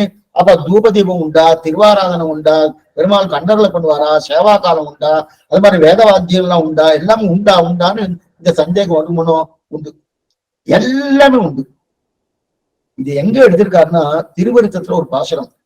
சூட்டு நன்மாலைகள் தூயனவேந்தி விண்ணோர்கள் நன்னீராட்டி தூபம் தரா நிற்கவே அங்கு ஓர் மாயினால் ஈட்டியவனை தொடுகுண்ண போந்து இவலேற்று வன்கோன் கோட்டிடையாடினை கூத்து அடலாயர் தம் கொம்பினுக்கேன்னு ஆச்சரியமான பாசுரம். பகவான் கிருஷ்ணாவதாரம் பண்றான். இந்த கிருஷ்ணாவதாரம் பண்றதுக்கு அங்கிருந்து கிளம்ப வரணும். ஏஷநாராயண ஸ்ரீமான் ஸ்ரீரான் அவனிகேதனகா நாகபரியம் கமுஸ்ருத்து ஆகத்தோ மதுராபுரம்னு அங்கிருந்து கிளம்பணும். ஸ்ரீவைகுண்டம் கிளம்பி திருப்பார்க்கடல் வந்து திருப்பார்க்கடந்து அதுதான் அவதார கந்தம். அந்த அங்கிருந்து அவதாரம் பண்ணணும். இவர் அங்கிருந்து கிளம்புறதுக்கு அங்க இருக்கிற நித்தியசூரிகள்லாம் விடலை, முக்தாத்மாக்கெல்லாம் விடலை. நீ பூலோகத்துக்கு போய் என்ன பண்ண போற? ஒருத்தரும் கிடைக்க போறது இல்லை, யாரும் உன்னை நம்ப மாட்டுறாங்க, உன்னையே வெச்சிட்டு இருக்காங்க. அப்படி இருக்கச்சே இந்திக்கார் போற. இங்க நாங்க கோடிக்கணக்கான நித்தியாத்மா முக்தாத்மா இருக்கோம், ஆனந்தமா அனுபவிச்சுட்டு இருக்கோம், ஆனந்தமா கைங்கரியம் இருக்கோம், இங்கே இருக்கலாமே, எதுக்காக நீங்க போற? போக வேண்டாமே, போக வேண்டான்னு அவர் புகார் பண்ணிட்டு கண்ணனை போக விடலை. ஆனா இவருக்கு வந்து அவதாரம் பண்ணணும்னு ஆசை. என்ன பண்ணலாம், ஏது பண்ணலாம் பார்த்துட்டு தான் பார்த்துட்டு இருக்கச்சு அவ தூபகார்த்தி காமிச்சான். தூபகார்த்தி காமிச்சோடனே அந்த தூப புகை மண்டலம் அப்படின்னா இப்ப நாமெல்லாம் தூபம்லாம் காமிச்சா அப்படி கொஞ்சம் காப்பத்திட்டு எடுத்துக்கணும். அந்த புகை மண்டலம் பூர்த்தியா புகை மண்டலமா போயிடுச்சோம். அப்படிப்பட்ட புகை மண்டலம் போன உடனே அந்த புகை மண்டலத்துல பெருமாள் பின்னாடி என்ன இருக்கா ஏது இருக்குன்னு தெரியாம வெறும் புகை தான் தெரியுது, பெருமாளே காணும். அந்த அளவுக்கு புகை வந்து இருக்கணும். இதுதான் நல்ல வாய்ப்புன்னு அங்கிருந்து கிளம்பி வந்தான். திருப்பார்க்கல வந்து அங்கிருந்து கிருஷ்ணாவதாரம் பண்ணி முடிச்சுட்டு என்ன ஆயிடுச்சு, மறுபடியும் அவதாரத்தை முடிச்சு 120 வருஷ காலங்களுக்கு முடிச்சுட்டு மறுபடியும் சிவகிட்ட போயிட்டான். போன உடனே அப்பதான் அந்த தூபகாரத்தை முடியறதான். இப்ப கண்ணன் கிளம்பி வரச்சே தூபகாரத்தை நடந்துட்டே இருக்கு. இப்ப அந்த டைம் இப்ப புரியத்துக்காக இதுதான் சூட்டிரன் மாலை அந்த பாசத்தை சொல்லப்பட்ட கருத்துக்கிறே. ஆனா இப்ப தூபகார்த்தி முடிஞ்ச தீபகார்த்தியோ இல்ல பிரசாதம் கண்டவர்களை கொண்டது எல்லாம் உண்டானா எல்லாம் உண்டு. தேசிக நிதிக்கு சமாதானம் சொல்றார், காலம் கிடையாது, ஆனா அடுத்தது உண்டுன்றார். இதுதான் ரொம்ப முக்கியம். அடுத்தது உண்டு. தீபகார்த்தி முடிஞ்ச உடனே அதுக்கு மேற்கொண்டு தூபகார்த்தி தீபம். இந்த மாதிரி பகவானுக்கு திருவாராதனை பண்ணக்கூடிய எந்தெந்த நிலை கொண்டோ அதெல்லாம் கிரமமா நடந்துட்டே இருக்கும். கிரமமா நடந்துகிட்டே இருக்கு. அப்ப காலமே ஓடலைன்னா காலத்துக்கும் இதுக்கும் சம்பந்தமே இல்லை. அடுத்தது உண்டு, ஆனா காலம் கிடையாது. புரியுறதா? அடுத்ததுன்னா என்ன சுவாமி? அடுத்தது இப்ப தூபம் காமிச்சுட்டே இருக்கேன், தூபத்துக்கு அப்புறம் தீபம் வரணுமோ, அடுத்தது அதான் தீபம். தீபஹார்த்தி உண்டு. தீபஹார்த்தி ஆனதுக்கு அப்புறம் கற்பூர ஆர்த்தி. அங்க கற்பூரம் கிடையாது வச்சுக்கோ, அந்த தீபம் தீபஹார்த்தி உண்டு. அதுக்கப்புறம் பிரசாத கண்டர்ல பண்றது. அதுக்கப்புறம் வேத கோஷம் ஊகா ஊகா ஊகா. சரி சுவாமி, இதெல்லாம் என்னைக்கு இது நடக்கும்? இந்த கேள்வியே தப்பு. என்னைக்கு நடக்கும்னா அப்ப நாள் குறிக்கிறோம்னு அர்த்தம். அங்கதான் காலமே கிடையாது. நிச்சயம் நடந்துட்டே இருக்கும். நிச்சயம் நடந்துட்டே இருக்கும். நிச்சயம்னா இது முதலா அது முதலா அது முதலா இது முதலா நடந்துட்டே இருக்கும். ஆனா அடுத்தடுத்து நடந்துட்டே இருக்குமே தவிர காலம் இல்லைன்றதுக்கார அப்படியே இருக்கும். அப்படியே இருக்கும். நம்ம சந்திரபடம் எல்லாம் போனா அப்படியே மேல அப்படியே மிதந்துட்டே இருக்க மிதந்துட்டு இருக்கா பாருங்க, அவளால் நடக்க முடியல. அந்த மாதிரி சீவைகுண்டம் இருக்கும்னா கிடையாது. நன்னா இங்க பூலோகத்துல எப்படி நடக்கிற நடக்கும். ஆனா அதுக்குன்னு சாயங்காலம் பொழுது வருமா, கார்த்தால பொழுது வருமா? கிடையாது. ஒரே பொழுதுதான். அங்க சூரியன் இருக்காரா? கிடையாது. பகவான் தான் சூரியன். பகவானுடைய அந்த பிரகாசம், அவனுடைய திருமேனி பிரகாசம் தான் ஆச்சரியமான பிரகாசம். இது அந்த பிரகாசத்தை தான் அது கிடைக்கும். இது எங்க தெரிவிக்கிறாருன்னா கத்தியத்திரையும் ஸ்ரீவைகுண்ட கத்தியத்திலே இது பூர்ணமா தெரிவிக்கிறார். அது மட்டும் இல்ல, புறத்தாழ்வரை பஞ்சஸ்தவத்துல ஸ்ரீவைகுண்ட ஸ்தவம்னு இருக்கு, அங்கேயும் பூர்ணமா தெரிவிக்கிறார். மேற்கொண்டு அர்ச்சராஜ் நம்ம பார்த்துட்டு இருக்க போனோம், இதுலயே மேல வரப்போகுது. இதுலயே மேல வரும். நகால தத்துவ அர்ச்சராஜ் நம்ம பார்த்துட்டு இருக்கோம். இன்னும் முதல் பிரகடனமும் முடியல. முதல் பிரகடனம் முடிஞ்சு, 2ஆம் பிரகடனம் முடிஞ்சு, 3ஆம் பிரகடனம் முடிஞ்சு, கிட்டத்தட்ட 4ஆம் பிரகடனம் வரைச்சதான் இந்த விஷயம் வரப்போகுது. அங்க வரைச்சு இன்னும் நல்லா டீட்டெயிலா பார்க்கணும் சுவாமி. அப்ப அந்த இல்ல இது அதாவது இந்த திருமாலை இருக்கும்ல, பெருமாளுடைய கழுத்துல சாத்துற திருமாலை, அதெல்லாம் வாடாத அப்ப அங்க கிடையாது. அங்க எல்லாமே சுத்த சத்துவம், எல்லாமே சுத்த சத்துவம். இங்க நிச சத்துவம், அங்க சுத்த சத்துவம். இப்ப பிரியத்துக்கா சொன்னேன். இப்ப நாங்க அங்க இருக்கிறவர்களுக்கு என்ன வயசு இருக்கும்? இங்க இருந்து ஒரு ஜீவாத்மா போயிருது, இன்னைக்கு போயிருதுன்னு வச்சுக்கோ. இப்ப 10 வருஷம் கழிச்சு 10 வயசு கூடி இருக்குமோன்னா கிடையாது. எப்போ ஒரே வயசுதான், மாறுமானா மாறவே மாறாது. அங்க இருக்கக்கூடிய மாற்றமே கிடையாது. ஏன் மாற்றம் கிடையாது? அந்த மாதிரி அது நித்திய விபூதின்னு பேரு. எதுவுமே மாறாது, எப்பவும் ஒரே நிலையில இருக்கும், ஒரே பொழுதா இருக்கும், ஒரே நிலையில இருக்கும். அதனால எதுவுமே நமக்கு அந்த மாதிரி பார்த்தது கிடையாது இல்லையா? அதனாலதான் அங்க போன உடனே ஆச்சரியமா இருக்கும். போகணுமே போகணுமே போகணுமேங்கிற எண்ணம் ஒன்னா தூண்டும். இப்படிப்பட்ட லோகம் இருக்கா சுவாமி, இது பார்த்ததே கிடையாது. அதுன அங்க பசி கிடையாது, அபகத பாப்பா, விஜரகா, விமுக்துகு, விசோகா, விசிகிச்சகா, அபிவாசகா, சத்தியகாமகா, சத்திய சங்கல்பகா, 8 விதமான கல்யாண குணங்கள்.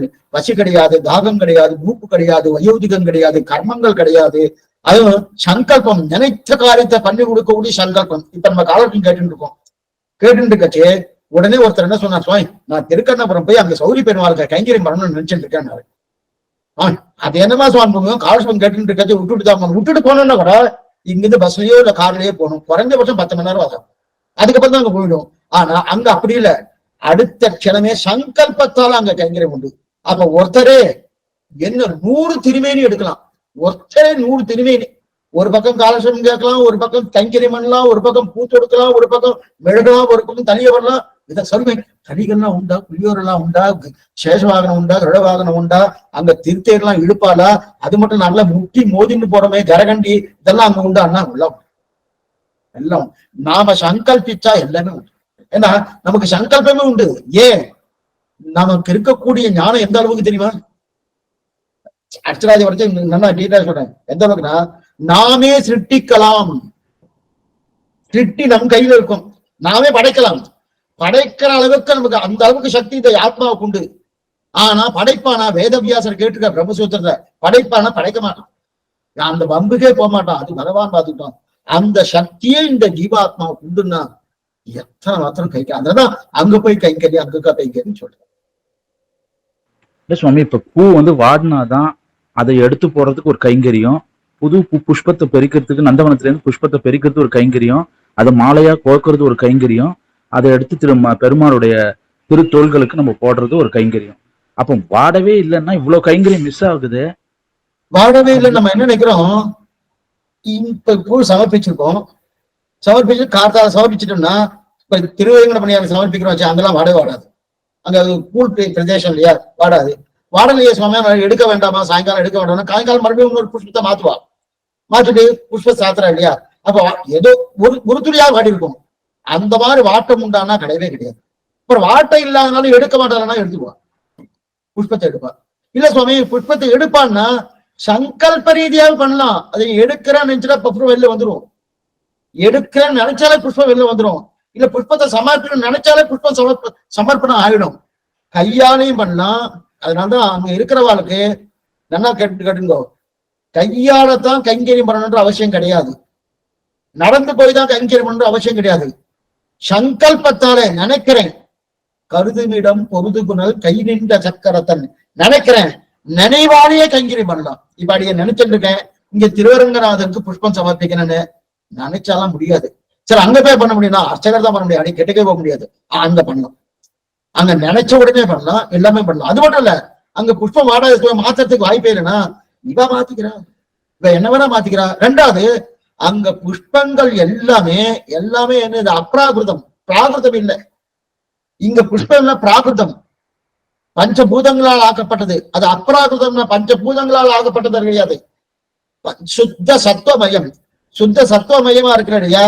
ஒவ்வொன்றும் அந்தந்த ஆத்மா, ஒரு ஆத்மா புஷ்பமா இருக்கு, பகவான் திருமேனியில பட்டு இருக்கு. ஒரு ஆத்மா அங்க தடாகங்கள் நிறைய இருக்கு, நிறைய உண்டு.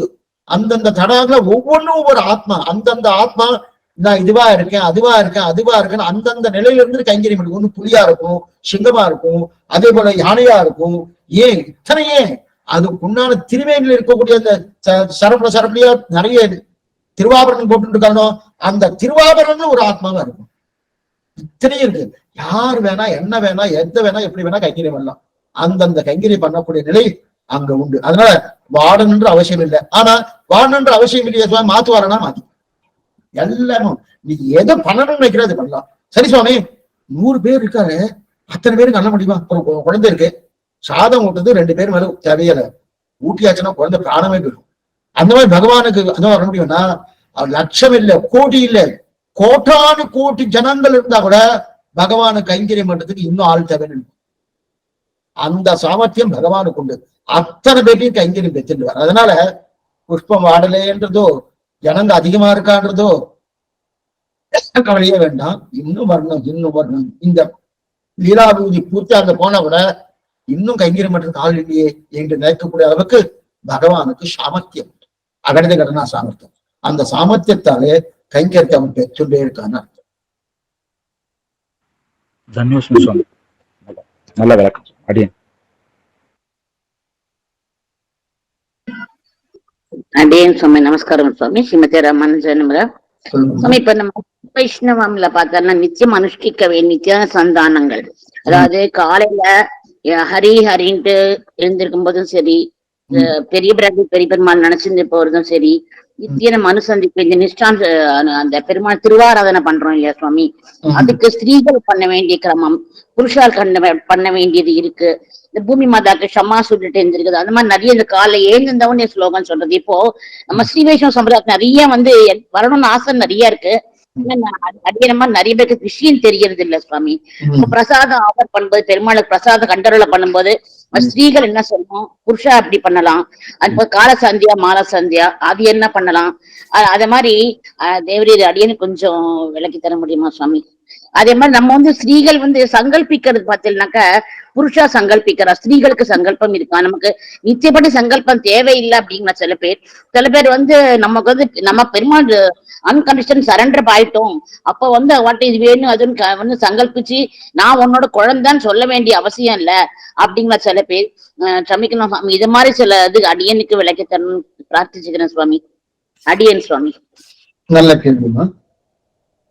பெண்கள் திருவாராதனை பண்ணணும், அதுக்குண்டான சப்தங்கள் என்ன, அதுக்குண்டான பாசனங்கள் என்ன, அதுக்குண்டான வாட்சியங்கள் என்ன, அதெல்லாம் தேவை. அது மட்டும் இல்லாம நாம சங்கல்பப்படலாமா திருவாராதனை பண்ணும்போது? இப்ப சங்கல்பம்ன்றது என்ன? பகவத் ஆஜ்ஞா பகவத் கைங்கரிய ரூபம் அப்படின்னு சங்கல்பம். ஏன் அஸ்ரீ பகவதோ மகாபுருஷஸ்ய விஷ்ணோராஜ்ஞாய பிரவர்த்தமானஸ்ய ஆத்ய பிரம்மணகா துதிய பிரார்த்தே ஸ்ரீ ஸ்வேதபரா கல்பே வைவஸ்திர கன்வந்திரி அஷ்டாபிம்சதே கலியுகே பிரதோபாதை ஜபூத்பீதே பாரதவர்ஷே பரதக்கண்டே வேருகோ தட்சிணே பார்ஸ்வே அஸ்மின் வர்த்தமானே விவகாரிகே பிரபவாதி ஷஷ்டி சம்வத்சராணாம் மத்தியே நாம சம்வத்சரேன்னு சங்கல்பம் பண்றோம். இந்த மாதிரி சங்கல்பம் எல்லாம் அங்க தேவையா அப்படின்னா, பிரபன்னனாக இருக்கக்கூடியவனுக்கு இந்த சங்கல்பம் தேவையில்லை. புரிஞ்சுக்கணும். இப்ப தேவையில்லைன்னு சொன்ன உடனே கோயில்ல சங்கல்பம் உண்டு. கோயில் ஆராதனம் என்பது வேறு, நம்ம கிரகம் ஆத்துல பண்ணக்கூடிய ஆராதனம் வேறு. கோயில் ஆராதனம் என்பது ஆகம சாஸ்திரத்துப்படி ஆராதனம்.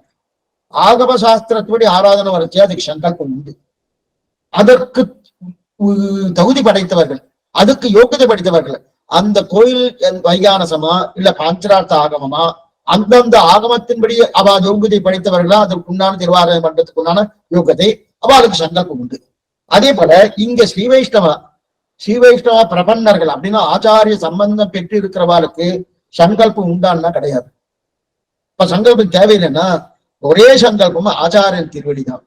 அவள் யாருக்கு சமாசனம் பெற்றிருக்காளோ அந்த ஆச்சாரியன் தன்னுடைய திருவடியா பாவித்துக் கொண்டு அவர் திருவடியை தொட்டுக் கொண்டு அவர்தான் திருவாராதனை பண்ணுகிறார், நம் கையாலே பண்ணவில்லை என்கிற எண்ணத்தோடு திருவாராதனை பண்ணும். இந்த கை என்னது? இது மோசமான கை, அவர் தான் வந்திருக்கார், அவர் தான் பண்றார் என்கிற எண்ணத்தோடு பண்ணணும். இது ஒண்ணு. ரெண்டாவது, இந்த மந்திரங்கள் சிலதெல்லாம் இருக்கே சுவாமி, பெண்கள் எல்லாம் சொல்லப்படாதுன்னு சொல்றேன், சொன்னா என்ன இதெல்லாம் என்ன, இது நிறைய விசாரங்கள் இருக்கு. இப்ப இந்த விசாரத்துக்கு போக வேண்டாம், ஒன்னும் கட்டமே இல்லை. திருப்பாவை வைத்துக் கொண்டு திருவாராதனை பண்ணலாம். நல்லா புரிஞ்சுக்கோ. நீங்க பெருமாள் முதல்ல கதவை திறக்கிற வேணும், இதெல்லாம் இருக்குன்னு நினைச்சுன்னு சொல்றேன்.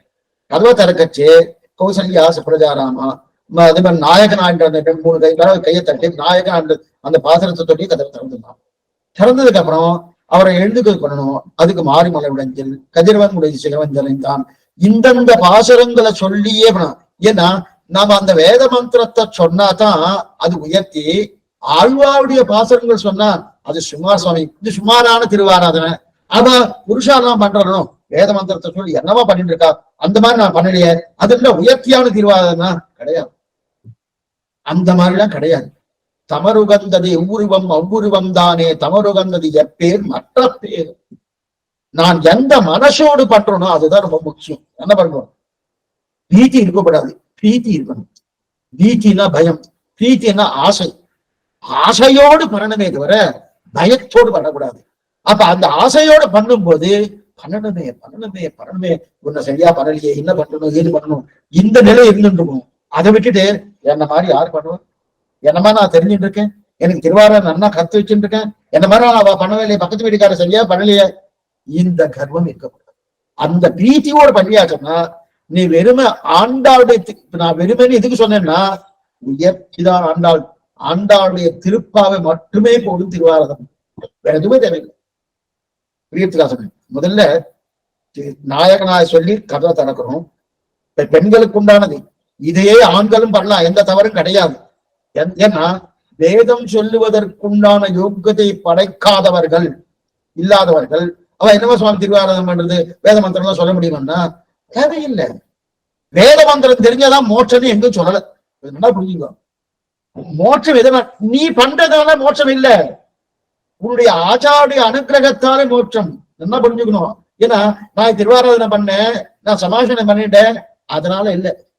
ஆச்சாரியன் பார்த்து இவருக்கு மோட்சம் கொடுக்குறேன்னு இருக்கார், பகவான் கொடுக்குறேன்னு இருக்காரு. ஒய்ய ஒரே வழி உடையவர் திருவடி, அவருடைய திருவடி பலத்தாலே மோட்சமே தவிர நான் பண்றது. அப்ப இது ஏன் பண்ணணும், நீ எதுக்காக பண்ணணும், எதுக்காக பண்ணணும்னா நான் இங்க இருக்கணும்னா இதை பண்ணணும்னு சொல்லியிருக்கு. இதை பண்ணா பகவானுக்கு ஆனந்தம், இதை பண்ணினா ஆச்சாரனுக்கு ஆனந்தம், அதனால நான் பண்ணிட்டேன். ஆனா இது பண்ணும் போது என்ன நினைக்கிறது தெரியுமா, பண்ணும் போது இருக்கக்கூடிய தன்மை என்ன தெரியுமா, இது பண்றபடியால அவன் கொடுக்குறான்றது கிடையாது. இது பண்ணும் இன்பத்துக்காக பண்றேன், பகவானுடைய திருப்திக்காக பண்றேன், அவருடைய முக்கோல்லாசம் அவருடைய ஆனந்தத்துக்காக பண்ணிட்டு இருக்கேன் என்கிற எண்ணத்தோடு வெறுமனே, என்னது வெறுமனே என்ன அர்த்தம், வெறுமை திருப்பாவ சொன்னாலே போற ஆனந்தம் பண்றான், பராசரம் பண்ற தெரிவிக்கிறார். இத என்ன தெரிவிக்கிறார் தெரியுமா, திருப்பாவைன்னு ஒரு நற்கன்றுக்கு இறங்கும் தேர்வை போலே தோல்கன்றுக்கு இறங்குமா போலன்னு தெரிவிக்கிறார். நீங்க சில இடத்துல பார்க்கலாம், கண்ணுக்குட்டி பிராணம் போயிடும், ஆனா அந்த பசுமாடு கண்ணுக்குட்டியை பார்த்துதான் பால் கறக்கும், இல்லைன்னா பால் கறக்காது. என்ன பண்ணுவான் பாவம், இவன் என்ன பண்ண பிராணம் போயிடுதுன்னா அந்த கண்ணுக்குட்டி அது உள்ள இருக்கிற வஸ்துலாம் எடுத்துப்பார், தோல் இருக்குமோ அந்த தோலுக்குள்ள நல்ல வெக்கையெல்லாம் போட்டு கண்ணுக்குட்டி மாதிரி அந்த அந்த இது முகபாவம் எல்லாம் பண்ணி கொண்டு வந்து பசுமாடுக்கு முன்னாடி வச்சுச்சா, நமக்கு குழந்தை வந்துட்டு நம்ம கண்ணுக்குட்டி வந்துட்டுன்னு என்ன பண்ணா பாலை கறந்துட்டே இருக்காங்க, கறந்துட்டே. எது இந்த பசுமாடு கறக்கிறது தான். அந்த பசுமாடு யாரு, அதான் கண்ணன். பாலை கறக்கிறான், அவருடைய அனுகிரகத்தை பெய்யறான். கண்ணுக்குட்டி யாரு, பொய்யான கண்ணுக்குட்டி நாம போய் உண்மையா ஆண்டாளா கிடையாது. ஆண்டாள் திருப்பாவசம் தான் ஏத்துக்கிறேன், நீ எல்லாம் திருப்பாவசம் தான் ஏத்துக்கமான்னு சொன்னா கிடையாது. பொய்யான கண்ணுக்குட்டியை கொண்டு போய் வச்சவிட எப்படி பசுமாடு கறக்கிறதோ பொய்யா ஆண்டாளை போல வேஷம் போட்டு அவ திருப்பாவ சொல்றேன், அந்த திருப்பாவ சொல்றேன்னு பகவான் அனுகிரகிக்கிறான். அந்த அனுகிரகம் தான் பிரதானம். ஆனா இத்தனையும் உண்மையா இருக்கணும். மானசீகம் தான் முக்கியம். ஸ்ரீ வைஷ்ணவ சம்பிரதாயத்துல செயல்களை காட்டிலும் நல்லா புரிஞ்சுக்கோ, செயல்பாடு பிரதானமா, மானசீகம் மனசால பண்றது பிரதானம்னா நெஞ்சினால் நினைப்பானவன் அவனாகும் நீல்கடல் வண்ணனே. நினைவுதான் பிரதானம். நினைவு சரணாகதியே நினைவுதான், செயல்பாடு கிடையாது. அதனால அந்த நினைவு சரியா இருந்தது பகவான தெரியும். உள்ளுவார் உள்ளிட்டெல்லாம் உடனிருந்து அழுதியிட்டு உள்ளுக்குள்ள என்ன ஓடுறதுன்னு அவருக்கு தெரியும். அதனால அந்த நினைவை சரியா எடுத்து வச்சுக்கேன், நீ என்ன பண்ணாலும் ஏது பண்ணாலும் அவன் ஆனந்தமா ஏத்துக்கிறான். அப்ப என்ன பாக்குறான்னா, என்னமா ஆண்டாளை போல திருப்பா பண்ணிருக்கா, என்னமா பண்ணிருக்கா. பக்கத்துல பிராட்டி பேர அவ இன்னும் எத்து கொடுக்குறான். என்ன நீ ஒரு சுமாரா சொல்லிட்டு இருக்க, இது மாதிரி யாரா பண்ணிருக்காளா, ஒருத்தரும் பண்ணலையே அவ எடுத்து கொடுக்குறா. எடுத்து ஆமா பாஸ்து வந்தா தப்பா சொல்லியிருக்கேன், நீ தான் சரியா சொல்லியிருக்க. பக்கத்துல இருக்கிற பிராட்டி சொல்ல சொல்ல ரெண்டு பேரும் ஆனந்தப்படுறா. எதுக்கு, ஒண்ணும் இல்ல, வெறும் திருப்பாவ மார்கழி திங்கள் 30 மாசம் சொன்னதுக்கு. அதை வைத்துக் கொண்டு திருவாராதனை ஆனந்தமா பண்ணலாம், ஆனந்தமா பகவான் ஏற்றுக்கொள்கிறார். அதான்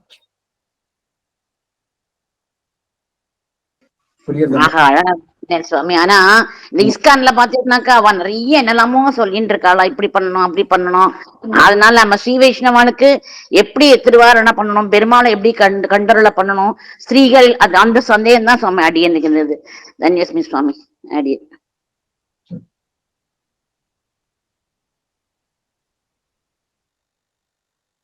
வேற சந்தேகங்கள் என்ன இருக்குமா?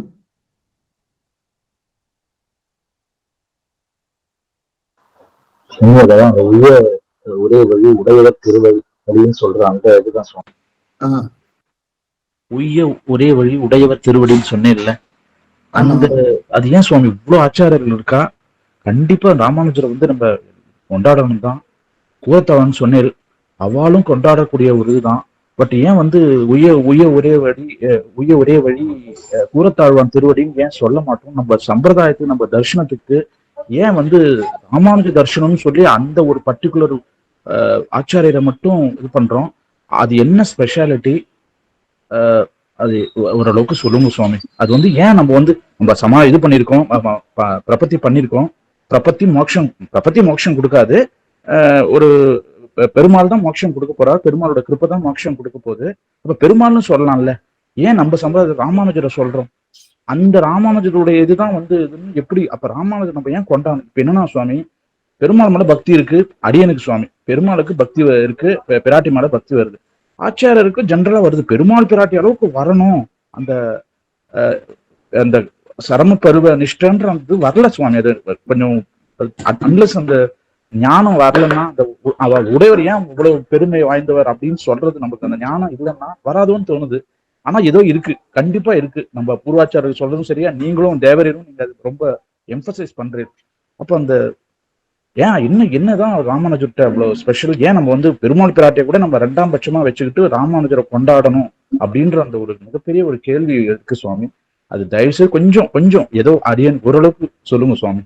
ஒரு இன்ட்ரெஸ்ட் கிரியேட் ஆகணும், அந்த ஆச்சார பக்தின்றது அந்த அந்த இதுல கொஞ்சம் நம்ம திளைக்கணும் அப்படின்னு பாக்குறோம் சுவாமி. அதுதான், வேற ஒண்ணு அடியன் சுவாமி. பகவானை பற்றுவதற்கும் ஆச்சாரியனை பற்றுவதற்கும் என்ன வித்தியாசம்? ஆச்சாரியனுடைய அபிமானத்தால் தான் மோட்சம்னு சொல்றேன். அதே ஆச்சாரியன் அவருடைய உய்ய ஒரே வழி உடையவர் திருவடின்னு சொல்றேன். ஏன் உய்ய ஒரே வழி ரங்கநாதன் திருவடி, பெரிய பெருமாள் திருவடி அப்படின்னு கேள்விப்பட்டதே கிடையாது. ஏன் இந்த மாதிரி சொல்லணும்? இந்த மாதிரி ஆச்சாரியன் தான் பிரதானம், பெருமாள் பிரதானம் இல்லையா? அப்ப ஆச்சாரியன் மோட்சத்தை கொடுத்துருவாரா? பெருமாள் மோட்சத்தை கொடுத்துருவாரா? அப்படின்னா இந்த பெருமாள்கிட்ட ஒரு குறை இருக்கு, அந்த குறை நிவர்த்தி ஆகுது ஆச்சாரன்ட்ட. பெருமாள்கிட்டே குறை இருக்கா அப்படின்னு ரொம்ப சுருக்கமா சொல்றேன். ஆனா இது நல்ல விவரமா தெரிஞ்சுக்கணும்னா ஸ்ரீவச்சனம் பூஷணம் கேட்கணும், அப்பதான் விவரமா தெரியும். இருந்தாலும் இப்ப சுருக்கமா சொல்றேன், நீ கேட்டபடியாரு.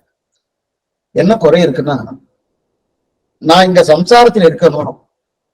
இப்ப எத்தனையோ ஜென்மாக்கள் நீங்களும் எடுத்திருக்கா, அடியும் எடுத்திருக்கேன். ஏன் மோட்சத்துக்கு போட எதுக்கா போல? இல்ல சுவாமி, நான் அப்பெல்லாம் எனக்கு தெரியல. சரி, தெரியல, சரியே தெரியும்படியான தன்மையா நீங்க காமிச்சிருக்கலாமா இல்லையா? பகவான் இவனே மக்கா இருக்கான், இந்த நான் இருக்கேன், என்ன படிச்சு திருவடி பத்து நீ மோட்சத்துக்கு போ, அதுக்கு எத்தனையோ ஜென்மத்துக்கு முன்னாடி பண்ணிருக்கலாமே, ஏன் பண்ணல? இந்த ஜென்மால எனக்கு ஏதோ ருச்சி கொடுத்துருக்கான், அது மாதிரி ருச்சி பிரகாரம் ஏதோ பிடிச்சுட்டு இருக்கேன், நினைச்சுட்டு இருக்கேன், அவருடைய அனுக்கிரகத்தால தான். இருந்தாலும் ஏன் இதுக்கு முன்னாடி பண்ணலன்னா, நான் இங்க இருக்கிறதுக்கு காரணம் அவர் தான், நான் போறதுக்கு காரணம் அவர் தான். நான் மோட்சம் போகணும்னால அவர் திருவடி தான் காரணம். நான் இங்க இருக்கிறதுக்கு என்ன காரணம்? அவர் தான் காரணம். அப்ப என் கர்மா காரணம் இல்லை, என் கர்மா தான் காரணம். கர்மத்தின்படி என்ன இங்க வைக்கிறோம் தானே படிக்கும்போது, கர்மத்தின்படி நான் என்ன கர்மா பண்ணிருக்கணும் அந்த கர்மத்தின்படி வைக்கிறான். அப்ப அவர்கிட்ட தப்பு இல்லையே? தப்பு இல்லை. ஆனா அந்த கர்மத்தை இல்லையாக்கி என்ன மோட்சம் கொண்டு போவதற்கு உண்டான சக்தி பகவான்கிட்ட இருக்கா இல்லையா? இருக்கு. இல்லைன்னு சொல்ல முடியாது. 100 தப்பு இருந்தது சிசுமாரனுக்கு, மோட்சத்தை கொடுத்துட்டானே. 100 தப்பு, ஒரு தப்பு இல்ல, 2 தப்பு இல்ல, மோட்சத்தை கொடுத்தாரு. அதே போல இப்ப நான் எத்தனை வேணா பாபம் பண்ணிருக்கலாம், அதனால ஒண்ணும் கிடையாது, நான் தொடச்சாச்சு, அவனை மோட்சத்துக்கு தள்ளிட்டேன் அப்படின்னு சொன்னா யாராவது கேட்க போறாளா? ஒண்ணும் கிடையாது. அப்ப என்னுடைய கர்மா மட்டும் காரணம் இல்ல, அவர் இங்க விற்கிறதுக்கு அவரும் காரணம். அவர் தானோ காரணம்? அவர் தானே, அவர் பிரதான காரணம் இல்ல. ஆனா என்ன வைக்காம இருப்பதற்குண்டான தன்மை அப்படி இருக்கு. ஆனா அவர் பண்ணல. அப்ப மோட்சத்துக்கு போறதுக்கு காரணம் பகவான், நான் இங்க இருப்பதற்கு காரணம் பகவான். ஆச்சாரன்ட்ட என்ன ஒரு விஷயம்னா, நான் இங்க இருப்பதற்கு காரணமா ஆச்சாரன் இல்லை, மோட்ச போவதற்கு மட்டும் காரணமே ஆச்சாரியன். இப்ப இதுலயே நல்லா வித்தியாசம் தெரியுதா பாருங்க. அப்ப பகவான் ரெண்டையும் பண்றார். சுவாமி என்ன படுகொயில தள்ளுறதும் அவர் தான், அதே போல என்னை கொண்டு போய் அவர் திருவடியில சேர்த்துக்கிறதும் அவர் தான். ஆனா ஆச்சாரியன் என்ன படுகொயில தள்ளுவாரான்னா கிடையாது. என்ன அவர் திருவடியில பகவான் திருவடியில கொண்டு போய் சேர்க்கக்கூடிய தன்மை மட்டும்தான் ஆச்சாரியனுக்கு உண்டு. இது முதல் பெருமை ஆச்சாரியன். இது ஒண்ணு. ரெண்டா சரி சுவாமி அந்த மாதிரி ஒரு பண்ணலாமே, அந்த மாதிரி ஒரு பண்ணலாமேன்னா பண்ண முடியாது. ஏன் பகவான் அப்படி பண்ண முடியாது? நான் அவர் சுதந்திரன். அவர் கர்மாவை பார்த்தாகணும். கர்மாவை பார்த்தாகணும்னு அந்த கர்மாவை பார்த்தோம்னா அதுக்கு தகுந்த தண்டனை கொடுக்கணும். கொடுக்கலன்னா என்ன சுவாமின்னா அப்ப எல்லாருக்கும் விட்டு கொடுக்கணும். எல்லாருக்கும் அடிய கர்மா விட்டு இங்க வைக்காம இல்ல இவர் நான் ஒண்ணும் இல்லாம பண்ணிட்டேன், இவர் ஆக்ஷன் வர அப்படின்ட்டுனா பக்கத்து வீட்டுக்காரர் கேட்பாரு, அவருக்கு ஒண்ணும் பண்ணலையோனும், அவரை நீ ஆக்ஷன் பண்ணியணும், எனக்கும் கொடு. அப்ப சர்வமுக்தி பிரசங்கம் வந்துடும். எல்லாருக்கும் மோட்சம் கொடுக்கணுன்ற ஒரு நிலை வந்துடும். இவர் என்ன தப்பு பண்ணாலும் எது பண்ணாலும் தப்பு பண்ணிட்டே இருக்க சுவாமி, ஒண்ணும் கவலை இல்லை, பகவான் மோட்சம் கொடுத்துருவாரு, அந்த நிலைக்கு வந்துடும். அது தப்பா போயிடும். அதனால அவர் கர்மா பார்த்தாகணும், இங்க வச்சுதான் ஆகணும். அப்ப ஆச்சாரியனை பார்க்க வேண்டான்ட்டார். சரி வாஸ்தவம் தான். இப்ப ஆச்சாரியனுக்கு மோட்சம் கொடுக்கக்கூடிய தன்மை உண்டா? உடைய திருவிடி சொல்லிருக்க அந்த தன்மை உண்டா? நம்ம ஆச்சாரியன் யாருன்னு நினைக்கிறேன் தெரியுமா? பகவானே தான் ஆச்சாரியன். ஆச்சாரியன் வேற யாரும் இல்ல, அவர் ஒரு சாமானிய மனுஷர் சுவாமி அப்படி இல்ல, பகவானே தான் ஆச்சாரியன், வேற யாருமே கிடையாது. மச்ச அவதாரம், கூர்ம அவதாரம், வராக அவதாரம், ராமகிருஷ்ண அவதாரம் பண்ணாருன்னா ஆச்சாரியனாக அவதாரம் பண்றார். ஆச்சாரியனாக அவரே அவதாரம் பண்றார். ஆச்சாரியன் இப்ப அவரே அவதாரம் பண்ணிட்டாருன்னா இப்ப அவரே வந்துருத்து சுவாமி, அப்ப அவர் மோட்சம் கொடுக்குறான்னு வந்துருதணும், அப்ப அது வந்துருது. ஆனா இந்த ஆச்சாரியனாக அவதாரம் பண்றதுக்கும் இவர் பகவானா இருக்கிறதுக்கும் வித்தியாசம் உண்டு. வித்தியாசம் காமிக்கணும். ஆச்சாரியனாக அவதாரம் பண்ணாலும் அவர் தான் சேஷி, சேஷினா அவர் தான் தலைவன். அதே போல பகவான் தான் தலைவன், அவர் தான் சேஷி. அந்த சேஷிக்கு இந்த சேஷிக்கு என்ன வித்தியாசம் தெரியுமா? பகவான் என்கிற சேஷி சுதந்திர சேஷி. சுதந்திரன் என் விருப்பம், நான் அகமேவ பரந்தத்துவம் என்கிற ஒரு கர்வத்தோடு அகங்காரத்தோடு இருக்கக்கூடிய தத்துவம் இது சுதந்திர சேஷி, அதான் பகவான். ஆனா இங்க இருக்காரு ஆச்சாரியங்கிற சேஷி, இந்த சேஷி பரதந்திர சேஷி, சுவாதந்திரியம் கிடையாது. இது ரெண்டுமே சேரவே சேராது. இந்த பரதந்திர சேஷி அப்படின்னா இவர் பரதந்திரமா இருக்காருன்னா இன்னொருத்தருக்கு அடிமைப்பட்டுதான். இன்னொருத்தர் யாரு? கண்ணாச்சாரனுக்கு இவர் அடிபட்டிருக்காரு. இவர் ஆச்சாரியன், இவர் இன்னொரு ஆச்சாரன் அடியப்பட்டிருக்காரு. அப்ப அப்படி இருக்க செய்து இவர் பார்த்து என்ன பண்றார்? மோட்சத்துக்கு கொடுக்கக்கூடிய இவர்தான் பகவான். மோட்சத்துக்கு உண்டான தன்மை இவருக்கு உண்டான உண்டு. அதனால இது ஒரு காரணம். ரெண்டாவது, ராமானுஜரை பார்த்து உமக்கும் உம்முடைய சம்பந்தம் உடையாருக்கும் மோட்சம் கொடுக்கிறோம் அவர் உறுதிமொழி கொடுத்திருக்காரு. ஏன் நம்ம ராமானுஜ சம்பந்தம் பெரு சொல்றோம்? இப்ப புரியத்துக்கு ஒண்ணுன்னு சொல்றேன், ராமானுஜ சம்பந்தம் இல்லாதவெல்லாம் மோட்சம் போகலையா சுவாமி? அப்படிலாம் ஒண்ணும் கிடையாது. நிறைய பேர் மோட்சம் போயிருக்காங்க. அந்த மாதிரி சொன்னா சாஸ்திர சம்பந்தம் இல்லை, ராமானுஜ சம்பந்தம் இல்லை, மோட்சம் உண்டா இல்லையா? உண்டு. அப்ப ஏன் நீங்க ராமானுஜ சம்பந்தம் வேணும்னு சொல்லிட்டு இருக்கேன்? இதோட விவரணம் மேலும் சொல்றேன். ராமானுஜம் பிரச்சனை இன்னும் நிறைய சொல்றேன். அப்ப நீங்க ஏன் சொல்லிட்டு இருக்கீங்கன்னா இதுல ஒரு உறுதிப்பாடு இருக்கு, மற்ற இடத்துல உறுதிப்பாடு கிடையாது. ஏன் உறுதிப்பாடு இருக்குன்னா நம்முடைய ராமானுஜர்கிட்ட இந்த சுவாமி நம்பெருமாள் சொன்னா போல வேறு மதத்திலேயோ வேறு அதிகாரிகிட்ட சொல்லியிருக்காருன்னு சொல்லலையே, வேற எந்த ஆச்சாரத்தையும் சொல்லவே இல்லை. உமக்கும் உம்முடைய சம்பந்தம் உடையாருக்கும் மோட்சம் கொடுக்கிறோம் சொன்ன உடனே ராமானுஜருக்கு சந்தேகம். என்ன சந்தேகம்னா, நீ கொடுக்குறேன்னு சொல்லியிருக்க, வாஸ்தவம் தான், ஆனாலும் ஒருவேளை அப்ப சொன்னேன், எப்ப சொன்னேன் அப்படின்னு கேட்டீங்கன்னா ஏன்னா கண்ணனா தானே, ஏழா பொய்கள் வைப்பானை இங்கே போவத கண்டீரேன்னு கண்ணனா எத்தனை பொய் சொல்லியிருக்க நீ? ஆண்டாள் வேற சொல்லியிருக்காரனும். இங்க ஏதோ பொய் பேசிட்டே இருந்தா அவன் யாருன்னு பாத்திருக்கேன். யாரை பார்த்து? கண்ணனை பார்த்து இங்க யாரோ பொய் பேசிட்டு இருந்தாலும் அந்த பொய்யை எங்க சொல்லியிருக்கா, எங்க பார்த்தேலான்னு கேட்கல. ஆனா நீ பொய் சொல்லிட்டியனா? அதெல்லாம் ஒன்னும் சொல்லவே இல்லையே. சொன்ன இல்ல நான் கண்ணனுடைய அவதாரம் இல்லை, நான் ராமனுக்கு பிரதிநிதி. ராமு துர்நாபிபாஷத்தை, ராமனுக்கு ஒக்க பத்திரி ஒக்க பானம் ஒக்க மாட்டான் என்று சொல்லக்கூடிய அந்த தன்மையிலே ஒரே சொல், ஒரே அன்பு, ஒரே பத்திரி என்கிற நிலையில் இருக்கிறபடியாலே நான் ராமனுக்கு பிரதிநிதியா இருக்கு, நம்பெருமான் ராமனுக்கு பிரதிநிதியா இருக்கிறபடியாலே நான் சொல்ல வராதான் ராமோ திருநாபி பாஷத்தை. அதனால உனக்கு உன்னுடைய சம்பந்த மொழியாருக்கு அத்தனை பேருக்கு மோட்சம் உண்டு உறுதிமொழி கொடுத்துட்டார். அந்த உறுதிமொழி கொடுத்தபடியால், அதனாலதான் பங்குனி உத்திரத்தை தேர்ந்தெடுத்திருக்காரு. அந்த நாளை தேர்ந்தெடுத்த உறுதிமொழி கொடுத்தபடியாலே ஒரே வழி வரைவர்த்தி. இரண்டாவது, இப்படிப்பட்ட ஆச்சாரியனாக இருக்கக்கூடிய தன்மைய பகவானே ஆசைப்படுறார். அவருக்கு ஆசையா சுவாமி. அவருக்கு மற்றதெல்லாம் பெரிய ஆசை கிடையாது.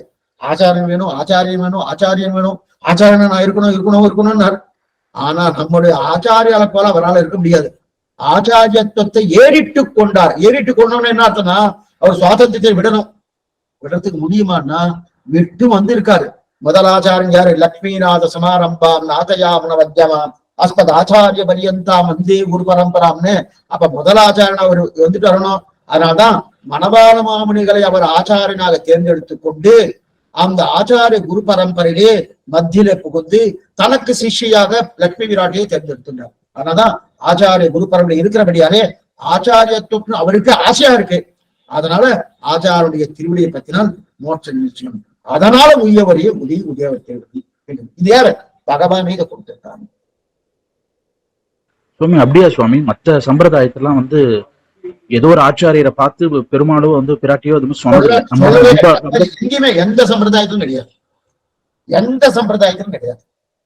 பெருமாள் பார்த்து ஒரு உறுதிமொழி கொடுத்தது என்பது ராமானுஜத்தை மட்டும்தான், வேற யார்ட்டையும் கிடையாது. பாப்பாலாம் மோட்சம் போகலைன்னா போறா. ஆனா எப்ப கொடுப்பா, என்ன கொடுப்பா, ஏது கொடுப்பா தெரியாது. ஆனா இங்க சம்பந்தம் உண்டுன்னா கொடுக்கறேன்னு உறுதிமொழி கொடுத்துருக்காளே. உறுதிமொழி கொடுக்கலையே, இது ரிசர்வேஷன் போல. அது தெரியாது. ஆனா இல்லைன்னு அர்த்தம் இல்ல, உண்டு. ராமானுஜ சம்பந்தம் இல்லாதவாருக்கு மோட்சம் இல்லைன்னு இந்த கருத்து யாரா சொன்னா தவறு. ராமானுஜ சம்பந்தம் இல்லாதவாருக்கு மோட்சம் உண்டு. பகவான் பார்த்து கூட இல்லைன்னா அவருடைய சுவாதந்திரத்துக்கு குற்றம் வந்துடும். இல்ல சுவாமி ராமானுஜன் தான் கொடுப்பாரா இல்லைன்னா கொடுப்பாரா, அவருடைய சுதந்திரம் என்ன அப்படி குற்றம் வந்துடும். அவர் கொடுப்பார், யாருக்கு வேணா கொடுப்பார், என்ன வேணா கொடுப்பார், ஏது வேணா கொடுப்பார். ஏன் கைகைக்கு மோட்சம் கொடுத்துருக்காரு, தசரதனுக்கு மோட்சம் கிடையாது. கைகைக்கு மோட்சம் கொடுத்திருக்காரு, தசரதன் மோட்சம் கிடையாது. அவரு விருப்பம். அவரை பார்த்து ஜட்டாயுக்கு மோட்சம் கொடுத்திருக்காரு, அவர் விருப்பம். அவர் பார்த்து கொடுத்தாரு. அவருக்குலாம் ராமானுஜ சம்பந்தம் இருந்து தானே கிடையாது. அதனால அவர் பார்த்து கொடுக்கிறார். ஆனா இங்க ஏன் சொல்றோம்னா நமக்கு ஒரு அத்தாட்சி கிடைச்சிடுறது, நிச்சய புத்தி வந்துடுறது. அந்த நிச்சய புத்தி இருக்கிறது ஒரே வழி உடையவர்த்தி.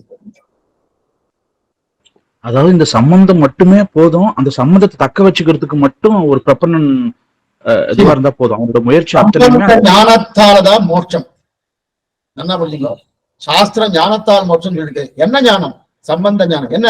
ஆச்சாரிய திருவடி சம்பந்த ஞானம். அந்த ஞானத்தாலதான் மோட்சம். நாம் பண்றது ஒண்ணுமே கிடையாது. அப்ப இந்த காலட்சேபம் தான் கேட்கறது சுவாமி வேண்டாமே சொன்ன, இந்த காலட்சேபம் கேட்கறதே அந்த ஞானம் வரத்துக்கு தான். இல்லைன்னா அந்த ஞானம் வராது. என்னமோ அந்த ஞானம் வராதுன்னா இப்ப கொஞ்ச நேரத்துக்கு ஒரு அம்மா சொல்ல இவ இந்த இப்படி திருவாராதனை பண்ணும், அப்படி திருவாராதனை, அதெல்லாம் யாருக்கு சாத்திய தன் முயற்சியால பகவான் அடையணும்னு பாக்குறா பாருங்க, அவளுக்கு தான் அதெல்லாம்.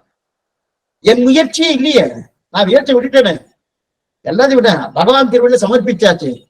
என்னையும் என் உடமையும் உன் சக்கரப்பொறி ஒற்றிக்கொண்டு இந்த சரணாகதி சாஸ்திரம் தான். அதுக்கு விட்டுட்டவர் யாருன்னா ஆத்ய சன குலபதி மாதா பிதா யுவதா ஸ்தனயா விபூதிக்கு சர்வம் எதுனா சம்பிரதாயத்தை போல எதுவுமே கிடையாது. எடுத்தத மேல போயிட்டே இருக்கும். அவ்வளவு உயர்ந்த. ஆனா இன்னைக்கு அது சரியான கொஞ்சம் வருத்தப்பட்டுதான் சொல்லி ஃபாலோவர்ஸ் ரொம்ப குறைச்சலா இருக்கு.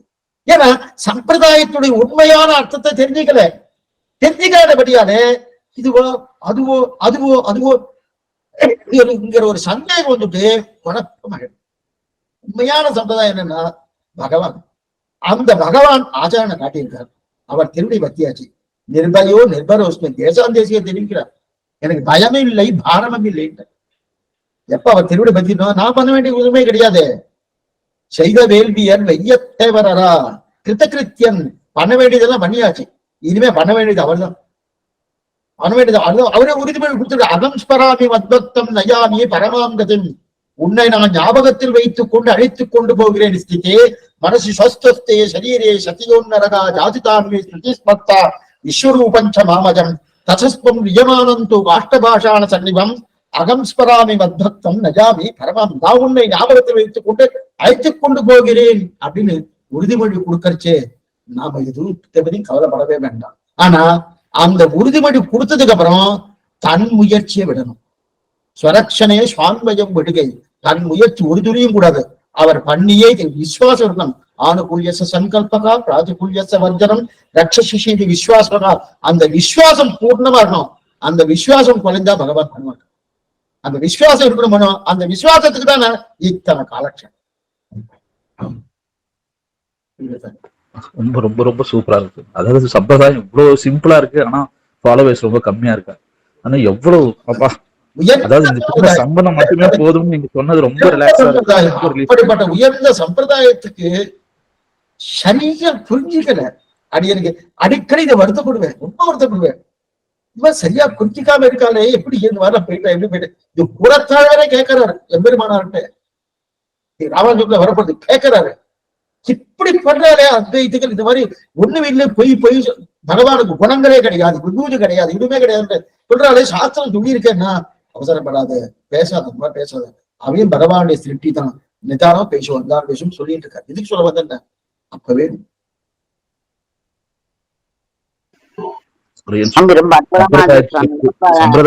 புரிஞ்சுக்கிறதுக்கு இன்னைக்கு ஒரு நல்ல வாய்ப்பு சுவாமி. அது அடியனால உங்களால எங்களுக்கு கிடைச்சது சுவாமி. அடியன் சொல்லுங்கம்மா பத்மினியம்மா. சொல்ற மாதிரி இப்போ நம்ம ஆத்துல அந்த காலத்துல குழந்தை எல்லாம் அப்பா அம்மா வந்து ஆத்துல நிச்சயம் அனுஷ்டிப்பா பாக்குறோம். அதை பார்த்து இந்த ஸ்லோகம் சொல்லணும், இந்த ஸ்லோகம் சொல்லணும், ஒரு அருச்சி வரும், ஒரு ஆசை வருது. இந்த காலத்துல பேரண்ட்ஸும் அப்படி கிடையாது. அந்த குழந்தைகள் வளர்ப்பு பள்ளிக்கூடத்துலயும் அப்படிலாம் சொல்லி கொடுக்கறதுட்டு வச்சுக்கோங்களேன். இப்ப அந்த குழந்தைகளுக்கு ஒரு சின்ன ஒரு சஸ்நாமம் இல்லை, ஒரு குட்டி குட்டி ஸ்லோகங்கள் கூட அதுக்கு தெரியறது இல்லை. அப்படி இருக்கும்போது அந்த சின்ன குழந்தைகளுக்காக தேவரீர் ஏதாவது இந்த காட்டால் எந்த உடனே சொல்ற ஸ்லோகம் நிச்சயம் குட்டி குட்டியா அப்புறம் சொல்ல வேண்டியது, அந்த மாதிரி ஏதாவது தேவரீர் நம்ம கேசவ சுவாமிகளுக்கு ஏதாவது அப்படி அனுப்பி தர முடியுமா சுவாமி? ஏதாவது என்னென்ன செய்யணும், ஒரு நாளைக்கு மார்னிங் எழுந்ததுல இருந்து நைட் படுக்கிற வரைக்கும் நம்ம என்னெல்லாம் பண்ணணும், எப்படி எந்த ஸ்லோகம் சொல்லலாம், குழந்தைகளுக்குலாம் அவளுக்கு வந்து ஒரு புரிஞ்சுக்கிறதுக்கு, அதுகளுக்கு சேவிக்கிறதுக்கு. பெரியவாளுக்குமே இப்ப தெரியறது இல்ல சுவாமி, குழந்தைகளுக்கு பெரியவாளுக்கே தெரியறது இல்ல. அதெல்லாம் பத்தி ஏதாவது ஒரு இது தேவரீர் சாதிக்க முடியுமா சுவாமி? சமிக்கணும் சுவாமி. ஸ்ரீமதி ராமானுஜன்.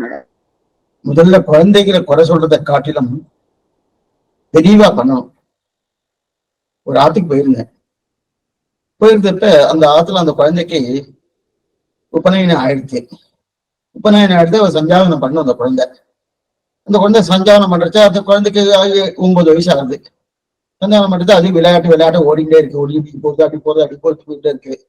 இந்த குழந்தை தாயாரும் தகவலான எல்லாம் பண்ணு போயிட்டே இருக்கு.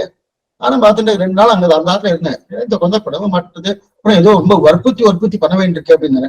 அப்ப தகவலான் வந்தார். வந்து சுவாமி இந்த மாதிரி இருக்கு சுவாமி, என்ன பண்றது, நீங்க ஏதாவது அனுகிரகம் பண்ணுங்க, ஏதாவது ஆசீர்வாதம் பண்ணுங்க அப்படின்னாரு. சரி எதுக்கு இந்த மாதிரி இருக்குன்னு சொல்லி அப்புறம் அவர்கிட்ட கேட்டேன், சரி நீர் பண்றீங்கன்னு. நீர் சஞ்சாவனம் பண்றது அதெல்லாம் பண்றது இல்லை சுவாமி. இப்ப இவர் பண்ணலன்னா அந்த குழந்தை எப்படி பண்ணும்? குழந்தைகள் மேல எந்த தவறும் கிடையாது. அன்னை வளர்ப்பதிலே எந்த குழந்தையும் நல்ல குழந்தை தான் வளர்க்கறச்சே. அன்னை வளர்க்கறச்சதான் என்னன்னா, நாம என்ன பண்றோமோ அந்த அனுஷ்டானம் தான் குழந்தைக்கு வரும். என்ன நினைக்கிறோமோ, நாம உட்கார்ந்து டிவிக்கு முன்னாடி உட்கார்ந்துட்டு வச்சு அதுதான் குழந்தைங்க பண்ணும். நாம காத்தால வேண்டியது நம்ம டே டு டே ஆக்டிவிட்டிஸ், நம்ம சரியா சகசனம் பாராயணம் பண்ண இது என்ன அப்படி சொல்லிட்டே இருந்தா குழந்தை தன்னையே வந்துடும். தன்னடே வந்து உட்காரும். வந்து உட்கார்ந்துட்டு இது என்ன அது என்ன அது என்ன அது என்ன அது என்ன, அது பள்ளிக்கூடத்துக்கு போய் வச்சா அது வேற விஷயம். இருந்தாலும் முதல்ல நாம அனுஷ்டானத்துக்கு ஆத்திர நம்முடைய அனுஷ்டானம் இருந்தாத்தான், பெரியவாருடைய அனுஷ்டானம் இருந்தாத்தான் குழந்தைகள் சரியா வரும். நம்ம குழந்தைகளை மட்டும் தனியா சொல்லிக் கொடுங்க சுவாமி, நான் சொல்லிடுறேன். பெரியவா எப்படி போனாலும் பரவாயில்லன்னா அந்த நிலையில இருக்கச்சே எல்லாருமே பிரகலாதன் ஆக முடியாது. கொஞ்சம் நல்லா புரிஞ்சுக்கணும். இரண்யகசிபுயா இருந்தாலும் பிரகலாதனா இருக்காருன்னா அது இரண்யகசிபு பிரகலாதன் ஒரே ஒரு எக்ஸாம்பிள் தான். அதே போல எல்லா ராத்திரியும் அது மாதிரி இருக்குமானா கிடையாது. முதல்ல இரண்யகசிபு ஒழுங்கா இருக்கணும். அப்ப நாம இரண்யகசிபுன்னா பண்ணலன்னா இரண்யகசிபு தான்.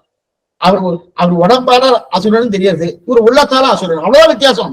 இவ்வளவு தூரம் கொஞ்சம் அதிகப்படியா பேசுறேன்னு தவறா நினைக்க வேண்டாம். ஏன்னா நிறைய இடத்துல பெரியோர்கள் இதை அனுஷ்டானத்தை கொண்டு வர அது அதிகமா கேட்டப்பா இப்பவே என்ன சுவாமி அதுக்கு ரிட்டையர்ட் ஆனதுக்கு அப்புறம் குழந்தை உத்தியோகம் எல்லாம் போய் ரிட்டையர்ட் ஆனதுக்கு அப்புறம் பாத்துக்கலாம். ரிட்டையர்ட் ஆனதுக்கு அப்புறம் பாத்துக்கலாம்னு நிச்சய புத்தி இருக்கிற மாதிரி இல்ல. குழந்தைகளுக்கு 5 வயசுல இருந்து ஒவ்வொன்றும் சொல்லி வரணும். சொல்லிட்டு அவ அடிய படிக்க வேணாம்னு சொல்ல, கட்டாயம் படிக்கணும். புத்தி இந்த எஜுகேஷன்ன்றது இன்னைக்கு இருக்கிற எஜுகேஷன் அதுக்கு நிச்சயம் வேணும். அதோட சம்பிரதாய அர்த்தங்கள் என்ன, திருப்பாவை என்ன, 4000 தீபப்பிரதம், சகஸ்ரநாம பாராயணம் என்ன, இதெல்லாம் அது அது பிராமண குழந்தையா இருந்தா அதுக்குண்டான வேத விதி என்ன அத்தனையும் நம்ம சொல்லி கொடுத்துட்டே சேர்த்து வரணும். சேர்த்து வந்து மேற்கொண்டு இதிகாசங்கள் என்ன, புராணங்கள் என்ன, இதெல்லாம் சொல்லி கொடுத்துட்டே வந்துட்டே வச்சுக்க. அப்ப குழந்தைக்கு டைமே இருக்காதான், தாராளமா டைம் இருக்கும். நம்ம என்ன நினைக்கிறோம், டைமே போராதுன்னு நினைக்கிறோம். நம்ம இந்த ஷெட்யூலை வச்சுட்டு பண்ணினே வச்சுக்கோங்க, சரியா வரும். அதே மாதிரி நிச்சயப்படி திருவாராதனுக்கு இதே ஷெட்யூல் தான் அடைய சொல்லிட்டேன். இப்ப அடி இத்தனை கைங்கரியம் பண்ணிட்டு இருக்கேன்னா அந்த ஷெட்யூல் பிரகாரம் போயிட்டுன்னு வச்சுக்கேன். பெருமாள் திருவாராதனை என்ன காலத்துல 3 மணி நேரம் எனக்கு அதிகம் ஒதுக்குதும், அந்த 3 மணி நேரம் அட்ஜஸ்ட் பண்ற மாதிரி அந்த தகுந்த எழுந்துடுவேன். எழுந்து அப்ப தூக்கம் கெட்டுட்டு போயிட்டு சொல்லுவாங்க. நல்லா தூக்கணும். தூக்கம் ஒரு 5.5 மணில இருந்து 6 மணி நேரம் நல்லா, அதாவது சவுண்ட் ஸ்லீப்னு சொல்லுவாங்க. அந்த மாதிரி நல்லா தூங்கியாச்சுன்னா அது அந்த மாதிரி பழக்கம் வச்சுக்கணும். பழக்கம் 8 மணி நேரம் 10 மணி நேரம் தூங்கினா ஆரோக்கியம், அதெல்லாம் ஆரோக்கியம் கிடையாது, தமோ குணம் இருக்குன்னு அர்த்தம். அந்த மாதிரி ஒரு பழக்கத்தை வச்சுட்டு அதுக்கப்புறம் நான் சத்த குணம் மனசுல வந்துருத்துன்னு வச்சுக்க, நமக்கு இதெல்லாம் ஒரு பொருட்டாவே தெரியாது. அதனால முதல்ல குழந்தைகளை காட்டிலும் பெரியோர்களுக்கு இது பிரதானமா இருக்கும். அவளுக்கு ஒண்ணு வேணாம், பெரியவர்கள் சொல்லிட்டே இருந்தாங்க, குழந்தைக்கு சொல்லிக் கொடுக்கவே வேண்டாம். சொல்லிட்டே இருந்தா அடுத்த 4 நாள் கழிச்சு அந்த ஸ்லோகத்தை குழந்தைய சொல்லும். அவனுக்கு சொல்லியே கொடுக்கலையே, என்ன நீ சொல்லியே அதை பார்த்து சொல்லிட்டேன். ஒண்ணு இல்ல, வீதியில ஏதோ பாட்டு எல்லாம் பாடுறா பாருங்க, அந்த 4 நாள் அந்த பாட்டை கட்டுச்சுன்னா குழந்தை ஆத்துக்கு பாடுறது. அந்த பாட்டை அவன் சொல்லி கொடுக்குறானா கிடையாது, வேற பாடுறதுன்னா தெரியவா அனுஷ்டானம். அது அனுஷ்டானம் இன்னைக்கு குறைஞ்சு போயிடுச்சு. அது நிச்சயம் தெரியுமா அடியேன் சுவாமி, அதான் சுவாமி அடியன் விண்ணப்பிச்சது. பெரியவாளுக்கே தெரியலையே சுவாமி, தாயார் தகப்பனா இருக்க அந்த குழந்தைகள் சொல்ல தெரியல, அவளுக்கு கத்துக்க வேண்டியிருக்கு நிலைமையில இப்ப இருக்கு சுவாமி நம்மளுக்கு. அடியேன் சுவாமி, அது நிச்சயம் தெரியவா குழந்தைகள். அடியேன் சுவாமி, நீங்க சொன்னது அனுபவபூர்வமா எனக்கு உண்மையிலே அது இருக்குதுங்க சுவாமி. ஏன்னா நம்ம அணையா விளக்கு வச்சிருந்தேங்க சுவாமி. ஒரு 10 நாள் குழந்தைங்களை விட்டுட்டு போனோம். பொண்ணுங்க ஒரு 5th படிச்சுட்டு இருந்தாங்க. அப்ப பண்ண மாட்டாங்கன்னு நான் யோசிச்சுட்டு, அம்மா அந்த விளக்கு அணையாம பாத்துப்பேன், மேபி அணைஞ்சா கூட தீபத்தை ஏத்தி வச்சிடணும் அப்படின்னு சொல்லிட்டு போயிருந்தேங்க சுவாமி. ஆனா நான் வர்றது வரைக்கும் அந்த குழந்தைங்க பாத்துக்கிட்டாங்க.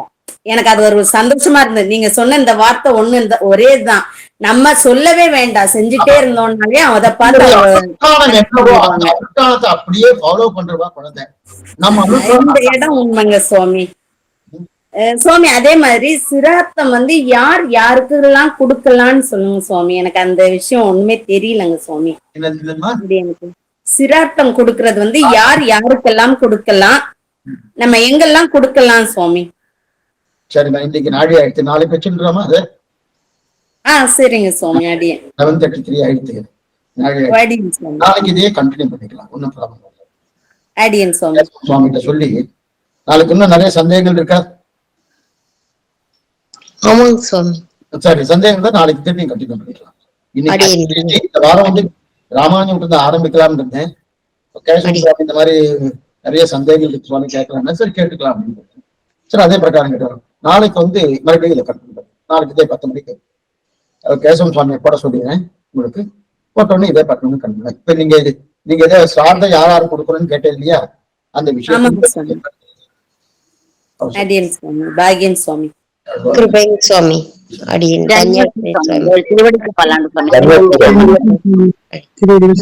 சுவாமி. அடியேன் நாளைக்கு ஒரு கொஸ்டின் கேட்கணும் சுவாமி. இந்த ஆசையுடையவர்கள்லாம் மாறியர்கள் கூறுமென்னு பேசி வரம்பர்த்தார் பின்னு சொல்லி எம்பெருமானாரோட காலத்துக்கு அப்புறமாதான் சம்பிரதாயத்துல எல்லாருக்கும் அந்த பிரபத்தி மார்க்கத்தை அனுஷ்டிச்சு அப்படி வந்தாங்க அப்படிங்கிறது அது ஒரு பக்கம். ஆனா இன்னொரு பக்கம் பார்த்தோம்னா அதுக்கு முன்னாடியே பார்த்தோம்னா நம்ம ஆழ்வார்கள் ஆச்சாரியர்கள் எல்லாருமே அதை அனுஷ்டிச்சு இருந்திருக்காங்க தானே சுவாமி. ஸ்ரீ ராமபிரான் ஜடாயுக்கு மோட்சம் அளித்தார். அதுக்கப்புறமா பார்த்தோம்னா திருவரங்கத்து அமுதனார்,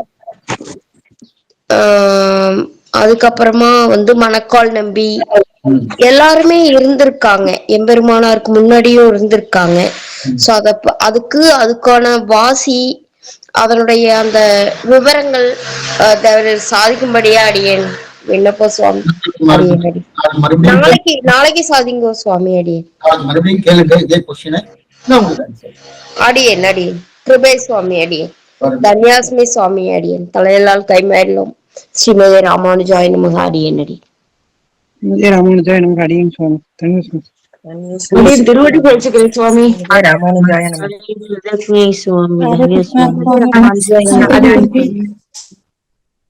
சுவாமி அடியன் ராமதாசன் சடகோபன். சடகோபன் தேவட அனுகிரகம், பெருமாள் அனுகிரகம், தேவ ஆசீர்வாதம். அடியன் உங்கள்கிட்ட பேசணும் சுவாமி. நான் பேசுறேன். அடியன் அவசியம் பேசுறேன். மட்டும் பேசுறேன். ஐயோ மாட்டேன். அடியன். அடியன் தாசன்.